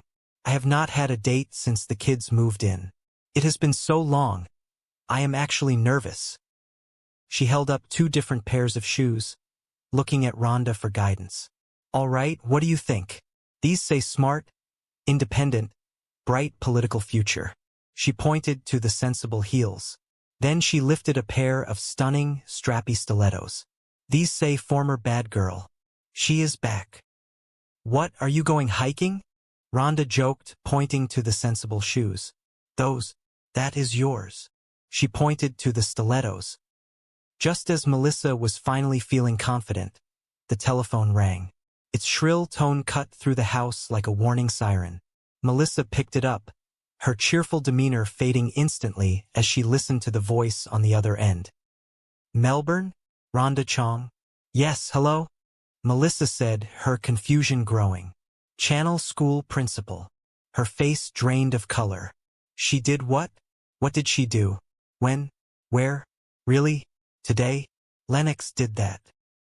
Melissa gripped the telephone receiver, her knuckles white again. Liz, I find that hard to believe. No, she did not tell me. It is not at all typical. Of course I believe you. I know when something is serious. It is really serious. I am really sorry that this happened. I will talk to Mel, but I am telling you, this could not have happened. She hung up the telephone, staring blankly at the wall. Rhonda looked at her with deep concern. Guess what? Melissa announced, her voice shaking with a mixture of shock and impending doom. Today at school, Lennox handed out flyers containing an original poem rhyming her principal's name in a creative way that did not go over well with Miss Lunt. Not to send up a flare, but there is a possibility Channel 5 has a story. Are you sure? Rhonda asked, her eyes wide. Pretty sure, Melissa replied, feeling the weight of the world settling squarely onto her shoulders. I was just on the air, Liv, denying it. 2 months, living with me, and she gets suspended. Legal guardian of the year. Thank you. Rhonda stood up, placing a comforting hand on Melissa's arm. I keep telling you, hire somebody, an organizer, a professional. Those kids need structure and discipline and possibly electroshock therapy. And you, my dear, cannot do everything. Well, maybe not everything, Melissa said, gathering her resolve, a spark of the old senator's daughter returning to her eyes. But I can certainly do this. It is just a matter of going up there and setting that girl straight. She marched to the bottom of the stairs. I have not moved yet, have I? Why is my sister not here to discipline her own daughter? Because she is locked up in federal prison. Melissa climbed the stairs, her heart heavy but determined. She found Lennox in her room, sitting on her bed, staring at the wall. The new dresser sat unused in the corner. Melissa took a deep breath, stepping into the room. She noticed a framed photograph leaning against a box. Remember you and me at the Fall Out Boy concert? Melissa asked, her voice softening, trying to bridge the massive gap between them. I just found this old picture. Lennox glanced at it, her expression guarded. Oh, you mean the one that was hanging very obviously in the hallway outside the door? Not obviously, Melissa corrected gently. Affectionately. That was some night. Huh? Fall Out Boy. Woo-hoo. She tried a small, encouraging smile. Where are we going with this? I was just remembering the good times, you know? When we shared, told each other things. Important things. That happened. Today. Lennox rolled her eyes, crossing her arms defensively. Oh, come on. You did not think I got suspended with something you might share. Okay, I will share this, Melissa said, taking a seat on the edge of the bed. Miss Lennox finished her statement by turning back to the principal, casually stating that they should just get straight to the part where they accepted the punishment and moved forward. Mel was absolutely speechless. She sat in her chair, her heart swelling with an overwhelming mixture of shock, relief, and profound love for the remarkable young woman standing beside her. The crisis had been miraculously averted. Later that evening, the house was finally quiet. Mel found Joe standing in the living room, attempting to perform a series of complex athletic stretches. She playfully teased him about his stiff movements, before her expression softened into one of genuine gratitude. She told him about the miraculous turnaround in the principal's office, expressing her absolute amazement that he had somehow managed to talk the stubborn teenager into showing up and taking responsibility for her actions. Joe leaned against the wall, a sly, unapologetic grin spreading across his face. He casually confessed that his persuasive techniques were not exactly rooted in deep psychological counseling. He openly admitted that he had simply paid the teenager $50 to attend the meeting and behave appropriately. Mel gasped in absolute horror. She loudly condemned his actions, declaring that resorting to a financial bribe was not only morally wrong, but constituted absolutely horrible, reprehensible parenting. Joe, entirely unfazed by her outrage, smoothly pointed out that neither of them were actual parents, and therefore they were entirely free to write their own rules. Mel demanded to know if the beautiful, heartwarming things Lennox had said about her in the office had also been purchased with his money. Joe chuckled warmly, shaking his head. He assured Mel that those kind words were delivered entirely free of charge, a genuine expression of the girl's true feelings. He then cheekily suggested that his mere, masculine presence in the household was seamlessly pulling the entire fractured family back together. Mel rolled her eyes, but she could not hide the grateful smile playing on her lips. She admitted that she was willing to believe his ridiculous theory if it meant the house would remain peaceful. She then casually mentioned that a highly prestigious professional nanny agency had finally returned her phone call, offering to send over a highly qualified, traditionally trained woman named Mrs. Dietrich the very next morning at exactly 8 o'clock. Joe's face fell, assuming he had already lost the job he desperately needed. He asked if he should simply pack up his belongings and drive his soon-to-be-repossessed car away into the night. Mel looked at him, recognizing the undeniable progress they had made in a single chaotic day. She smiled warmly and told him that the job was officially his, playfully asking how bad of a nanny a disgraced financial wizard could possibly be. Hours later, the deep stillness of the night settled over the house. Mel walked through the front door, exhausted but incredibly happy, having finally managed to enjoy a spectacularly successful date that had lasted until 3 in the morning. She found Joe waiting up in the kitchen, casually reading a magazine. He immediately launched into a parental interrogation, demanding to know all the details of her late-night outing, reminding her with feigned strictness that it was not a school night, but she still had responsibilities. Mel laughed out loud, suddenly realizing the absurd humor of the situation. She noted with great amusement that she had never actually had this specific, protective conversation with her own mother, who would have simply demanded she go back out to the store to purchase more gin. She eagerly asked for a full status report on the children. Joe proudly informed her that her nephew had completely finished his history paper and fallen asleep before midnight, and that Lennox had diligently completed her biology and mathematics assignments before retiring at 1:30 in the morning. Joe had even managed to watch an entire season of a popular television drama while maintaining absolute order in the household. Mel was incredibly impressed. It seemed they had finally found a fragile, beautiful rhythm. But just as she opened her mouth to express her deep gratitude, a massive, thunderous pounding echoed from the front door. The peaceful silence was violently shattered. A colossal man, wearing a brightly colored waste management uniform, was standing on the porch, his massive fists pounding aggressively against the wooden frame. Mel and Joe exchanged a look of pure, comedic terror. The grand political debate over the city's trash collection schedule had literally arrived right on their front doorstep, proving that while they may have successfully solved the crisis inside the house, the chaotic world outside was still waiting for them, full of challenges, laughter, and the promise of a very unpredictable tomorrow. The bright, unforgiving lights of the city council chamber felt exceptionally warm this afternoon, casting a cinematic glow over the polished oak dais. For Melissa Burke, local city councilwoman and newly minted guardian of 2 displaced teenagers, her entire existence lately felt as though her life, much like the hit television show Melissa and Joey, is recorded in front of a live studio audience. Every move she made was scrutinized, every decision weighed not just by her constituents, but by the watchful eyes of a community eager for a misstep. She leaned back in her heavy leather chair, adjusting the lapels of her sharp, tailored blazer. Beside her, a trusted colleague and friend leaned in close, offering a supportive whisper meant only for her ears. "Look at you," her colleague murmured with a warm, encouraging smile. Public servant by day, hottie by night. Melissa could not help but let a brief, genuine smile break through her professional facade. It was a comforting reminder that beneath the heavy mantle of civic duty, she was still herself.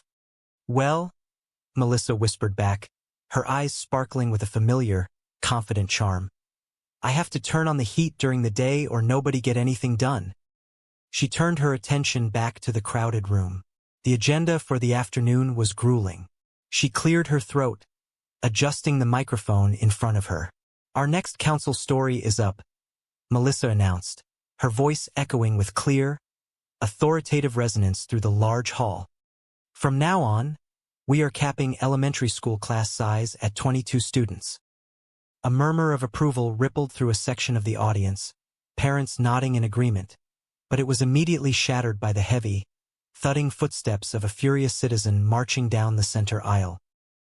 He was a broad-shouldered man, his face flushed with indignation, carrying a translucent garbage bag filled to the brim.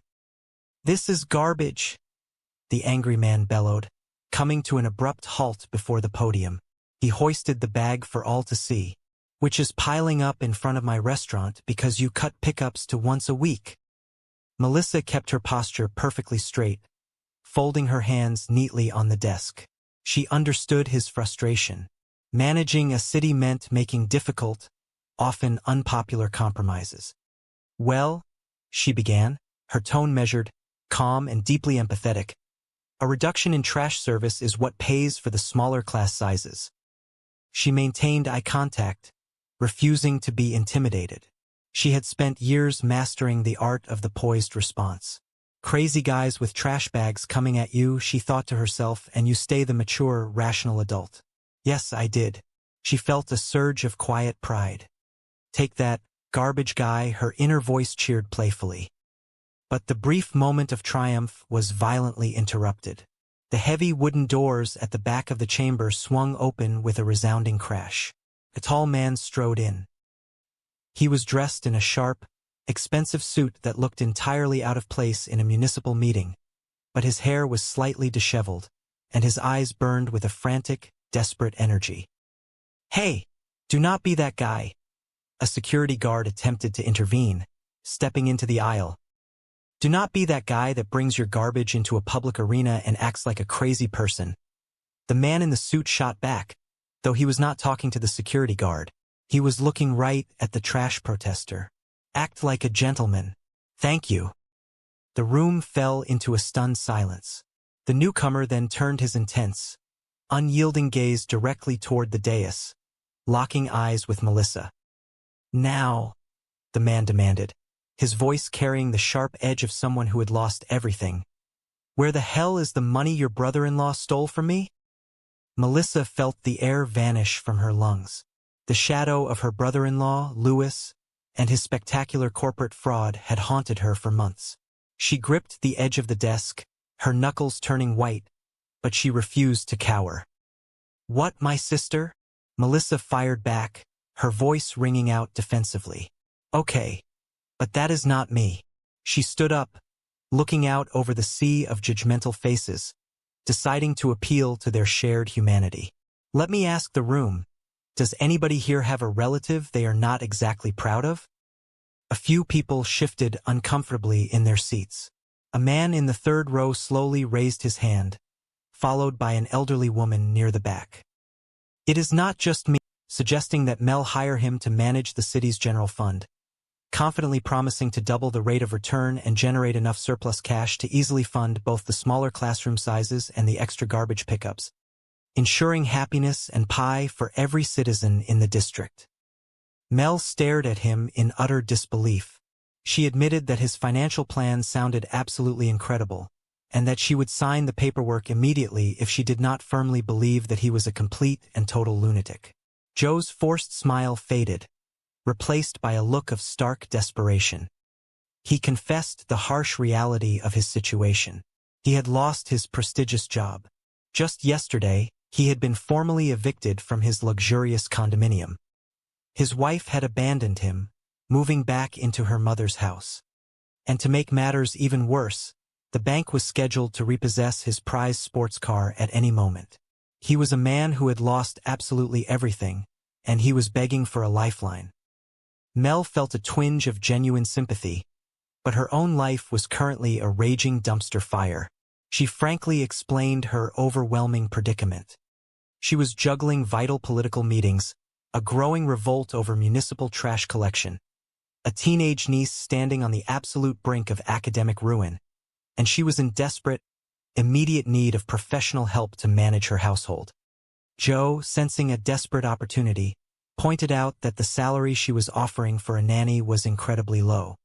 Mel defensively countered that it provided a decent living and included free daily meals, emphasizing that the candidate would be required to cook those meals to prevent the family from starving to death. Joe confidently stepped forward, declaring his absolute readiness for the position. Mel hesitated, her preconceived notions blinding her. She questioned if a man could truly perform the duties of a nanny, wondering aloud if only women were naturally equipped for the demanding role. Joe scoffed at her outdated stereotyping. He launched into a passionate defense of his qualifications, recounting his early days right out of college when he had successfully managed a busy downtown youth center.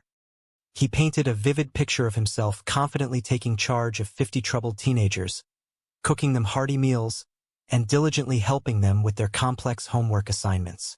He boldly proclaimed that he was perfectly suited for the job.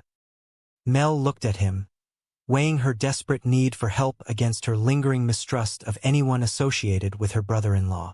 She admitted that his fictional resume sounded ideal, but bluntly confessed that there was one significant hurdle they had to overcome. She simply did not like him. Before Joe could formulate a charming response, the morning routine completely fell apart. Word arrived that the local school buses were not operating that morning because the neighborhood streets were completely blocked by a massive, organized protest over the uncollected garbage. Mel panicked, realizing she was going to miss a critical city council meeting if she had to drive her nephew to school. Joe immediately sprang into action. He offered to drive the boy, assuring Mel that she would make her important meeting with time to spare. Seeing no other viable option, Mel reluctantly agreed.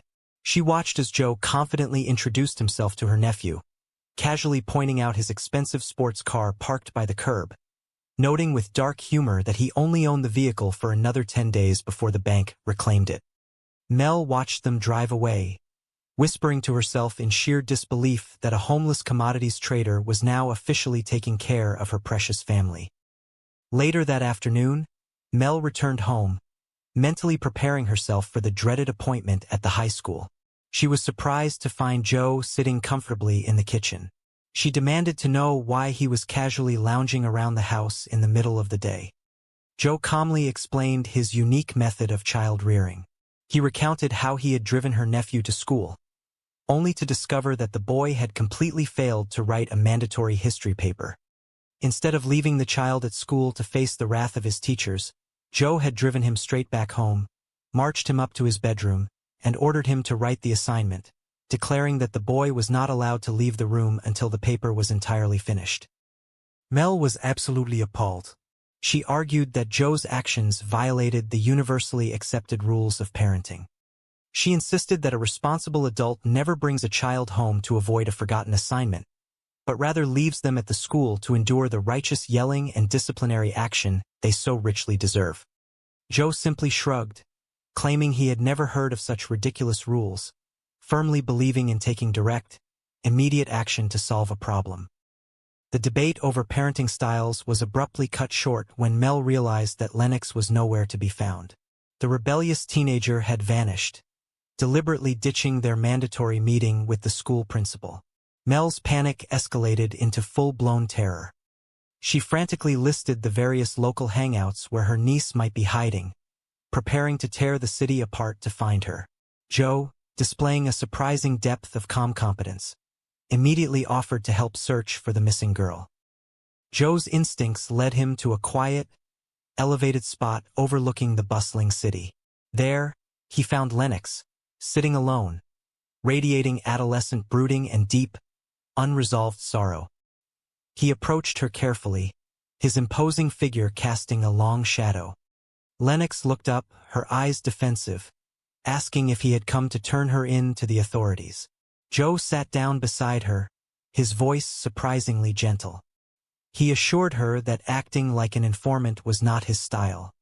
He painted himself as a fellow outcast, an outlaw cast aside by the powerful brokers of the world, forced to live a difficult life in the unforgiving city. Lennox offered a small, appreciative smile, comparing his dramatic description to a famous comic book hero who had unfortunately been demoted to the role of a domestic nanny. With the ice officially broken, Joe gently steered the conversation toward the real issue. He asked why she was actively avoiding the meeting at the school.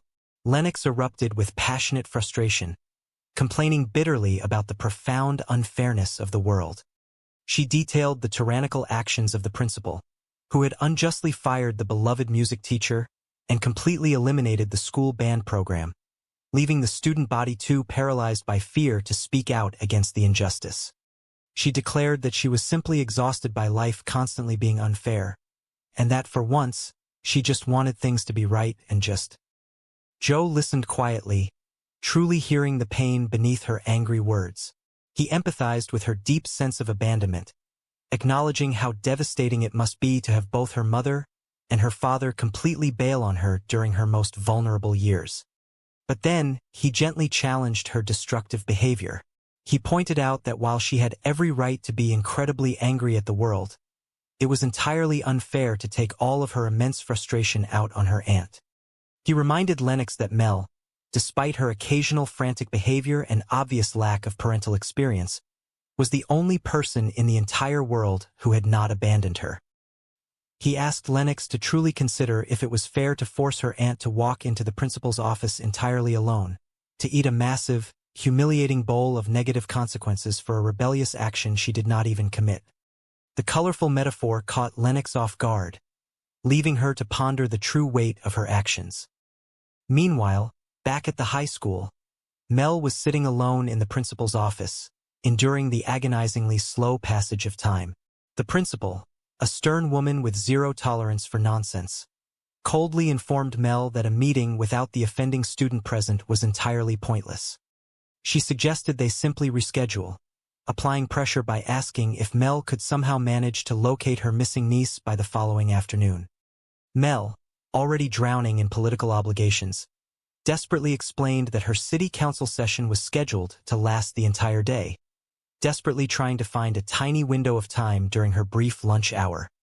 The principal leaned forward, her expression dripping with harsh judgment. She suggested that it might be incredibly helpful for Mel to stop focusing solely on what the teenager was doing wrong and take a long, critical look at the thoroughly inadequate parenting job Mel was providing. The stinging words hung heavily in the air, confirming every deep-seated insecurity Mel harbored about her sudden thrust into motherhood. Just as Mel was about to completely break down, the office door slowly creaked open. Lennox walked into the room, her posture entirely different from the rebellious teenager who had stormed out of the house the day before. She looked directly at the principal and offered a clear, articulate, and completely sincere apology for her disrespectful poem and the highly inappropriate things she had said. Then, she turned to her aunt. In a moment of startling maturity, Lennox firmly stated that there was absolutely no need for the school administration to place any blame upon her aunt. She declared with quiet strength that Mel was trying her absolute hardest to provide a good home, and that her aunt had been receiving far too much unfair criticism on her behalf. Lennox, the lovely new dresser she had purchased and placed in her bedroom. Lennox offered a polite but dismissive reply, stating that the furniture was very cute, but entirely unnecessary, as she preferred to live out of her suitcases. The rejection stung. Mel stood in the hallway, her heart aching for the niece who so desperately believed that her stay in this house was merely a temporary detour in her life. Mel confided her frustrations to her empty bedroom, mourning the loss of the vocal, communicative relationship they once shared. Now, Lennox no longer shared her thoughts or feelings. Mel remembered the days when she herself was a rebellious teenager, but her memories were hazy, clouded by the passage of time and the foolish indiscretions of youth. She felt like an absolute monster for simply trying to make her niece feel at home by providing a place to put her clothes. She knew Lennox was being difficult, navigating the treacherous waters of being 15 years old and essentially orphaned by a massive corporate scandal. But knowing the source of the pain did not make the daily rejection any easier to endure. Seeking a brief respite from the overwhelming pressures of unexpected motherhood, Mel eagerly prepared for a rare evening out. She had secured the help of her reliable friend Rhonda to watch the children for the night. She found Rhonda in the living room, casually offering basketball advice to Mel's nephew, Ryder. Rhonda confidently assured the young boy that Asian women were inherently excellent at the sport of basketball, before firmly instructing him to complete his homework and, above all else, refrain from burning the house down. Mel paused, her anxiety flaring. She recalled a deeply troubling incident from Ryder's past, a moment of profound anger triggered by his father running away from his responsibilities. The boy had taken 20 of his father's expensive business suits, piled them high on the concrete driveway, doused them in top-shelf cognac, and set them ablaze. Mel shuddered at the memory, arguing that while people occasionally needed to release their pent-up emotions, the urge to set personal property on fire was something that definitely needed to be safely repressed. Pushing her worries aside, Mel focused on her impending date. It had been an incredibly long time since she had enjoyed a romantic evening, her social life having ground to an absolute halt the moment her niece and nephew had arrived on her doorstep. She was genuinely nervous, her stomach fluttering with anticipation. She modeled different pairs of shoes for Rhonda, analyzing what message each style conveyed to a potential suitor. One pair represented a bright political future, while another hinted at a wild, untamed past. Just as Mel finally settled on the perfect outfit, the telephone shattered the quiet anticipation of the evening. It was the principal of the local high school. Mel listened in stunned silence as the principal recounted an incident involving Lennox. The words echoed in Mel's ears, completely unbelievable. She paced the living room floor, her voice rising in defensive disbelief, arguing with the principal that such behavior was entirely out of character for her niece. But the evidence was undeniable. Earlier that very day, Lennox had distributed handcrafted flyers across the school campus. These flyers contained an original, highly creative poem that rhymed the principal's name in a manner that was deeply offensive and entirely unacceptable. Mel hung up the phone, the color draining from her face. Her friend Rhonda winced, warning her that the local television news station, Channel 5, might pick up the scandalous story. Mel felt a wave of nausea wash over her. She had just spent the entire afternoon standing before a live audience, vehemently defending her family's integrity. And now, after only 2 months of living under her roof, her niece had managed to get herself officially suspended from school. Mel sarcastically congratulated herself, crowning herself the legal guardian of the year. Rhonda gently suggested that Mel could not manage this chaotic household entirely on her own. She desperately needed to hire a professional organizer, a dedicated nanny, someone who could provide the structured discipline that these traumatized teenagers so desperately needed. Mel, fiercely independent and stubbornly proud, insisted that she could handle the situation. She declared that it was simply a matter of marching upstairs, confronting the rebellious teenager, and setting the girl entirely straight. But as she stood at the bottom of the staircase, her resolve faltered. She wondered aloud why her sister could not be there to discipline her own daughter, immediately answering her own rhetorical question with the bitter reality that her sister was currently locked away inside a federal prison facility. Gathering her courage, Mel ascended the stairs and knocked softly on Lennox's bedroom door. She found her niece sitting amidst her unpacked suitcases, a picture of teenage defiance. Mel attempted a soft approach, picking up an old photograph of the two of them enjoying a rock concert together in happier times. She tried to remind Lennox of the strong bond they used to share, the open communication they once enjoyed, hoping to coax an explanation out of the girl. She gently pressed Lennox, asking why she had not shared the fact that she had been suspended from school that very afternoon. Lennox crossed her arms, her expression hardening into a mask of pure rebellion. She bluntly stated that the principal was a fascist tyrant.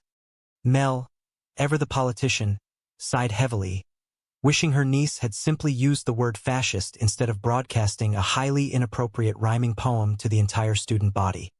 Lennox defended her actions, pointing out that she had never once gotten into trouble at her previous, highly expensive private school. Mel could not help but mutter under her breath that the impeccable behavior at the old school was likely due to the fact that Lennox's parents had practically purchased the institution's new indoor swimming pool. Despite the tension, Mel laid down the absolute law.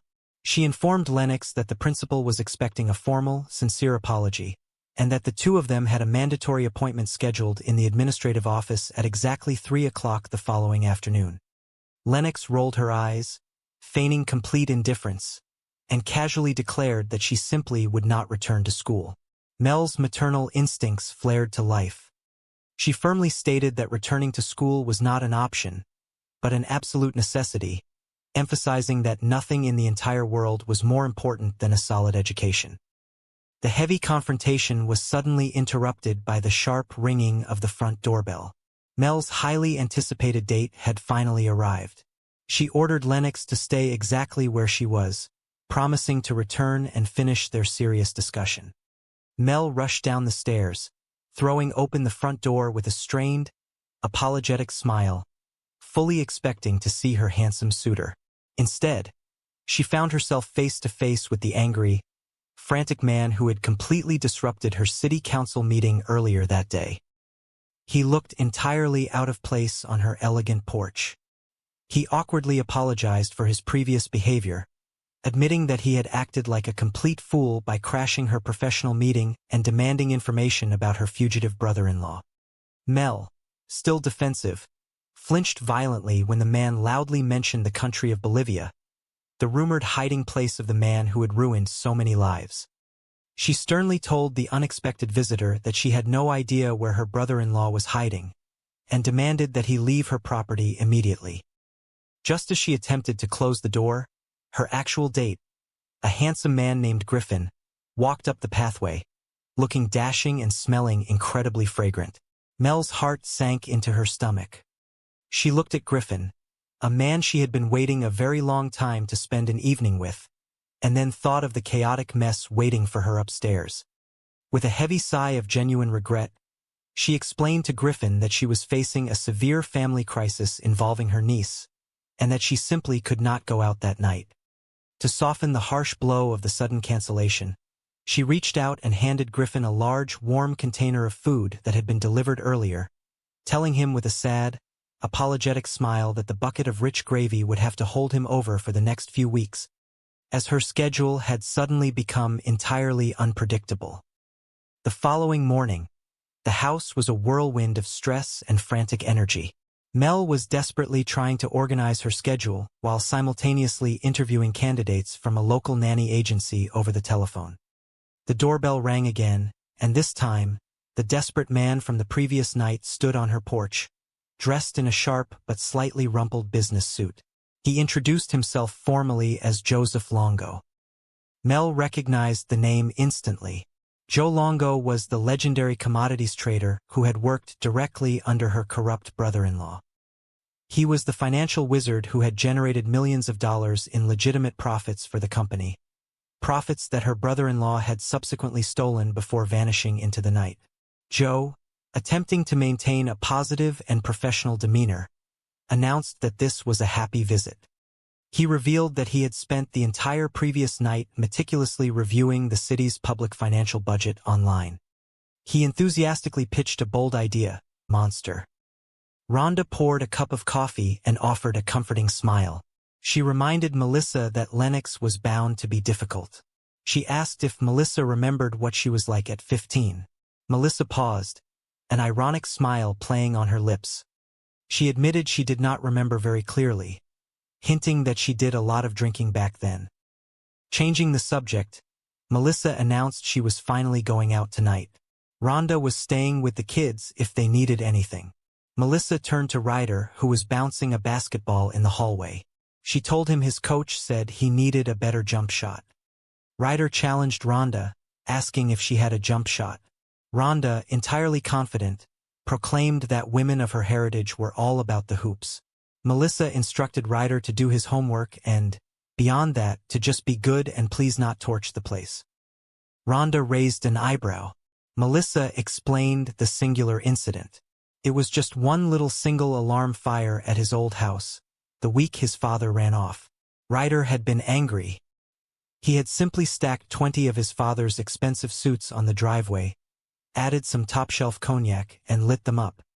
Rhonda nodded slowly, observing that, in a way, everyone needed to let things out every now and then. Melissa firmly disagreed. She stated that the urge to set things on fire was an urge they must repress. Melissa thanked Rhonda profoundly for babysitting. She had not had a single date since the kids moved in 2 months ago. It had been so long that she was genuinely nervous. She held up 2 outfits for Rhonda to judge. One, she explained, said smart, independent, bright political future. The other outfit said former bad girl. Rhonda pointed immediately to the latter, declaring that the bad girl was back. Melissa laughed, holding up the conservative outfit and joking that Rhonda must be going hiking, because the bright political future outfit was clearly meant for her. The light-hearted moment shattered when the home telephone rang. Rhonda answered. It was the principal of the local high school. Rhonda's eyes widened as she listened. She repeated the unbelievable information aloud. Lennox did what? When? Where? Today? Rhonda handed the phone to Melissa, whispering that it was serious. Melissa took the receiver. She listened to Principal Lent describe the situation. She tried to defend her niece, saying it was not at all typical, but eventually had to concede. She promised to talk to Lennox. After hanging up, Melissa looked at Rhonda in disbelief.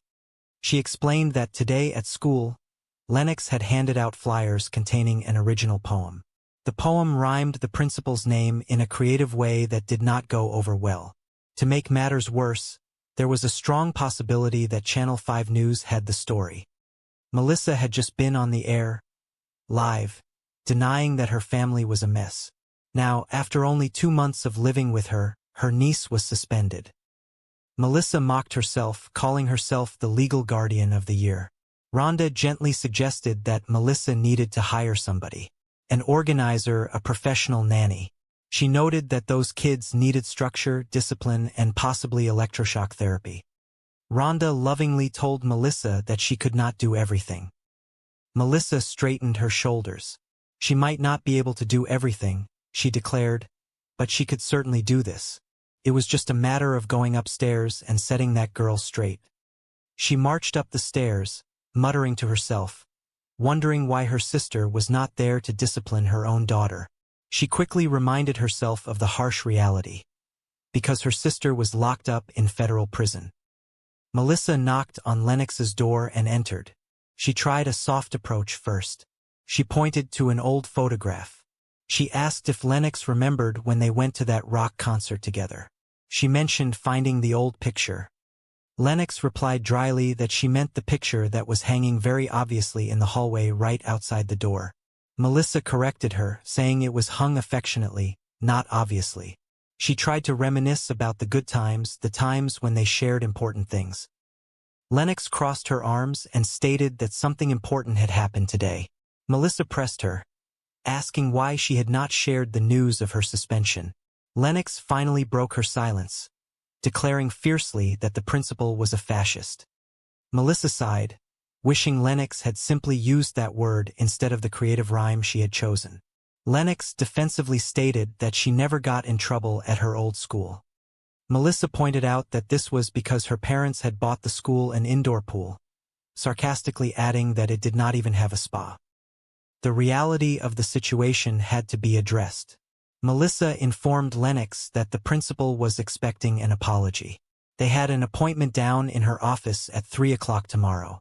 Lennox scoffed, telling Melissa to let her know how that goes. Melissa stood firm. She told Lennox that until she talked to the principal, she could not go back to school. Lennox shrugged, feigning indifference, and said she guessed she was not going back to school. Melissa countered that of course she was going back. This was her education, and nothing was more important.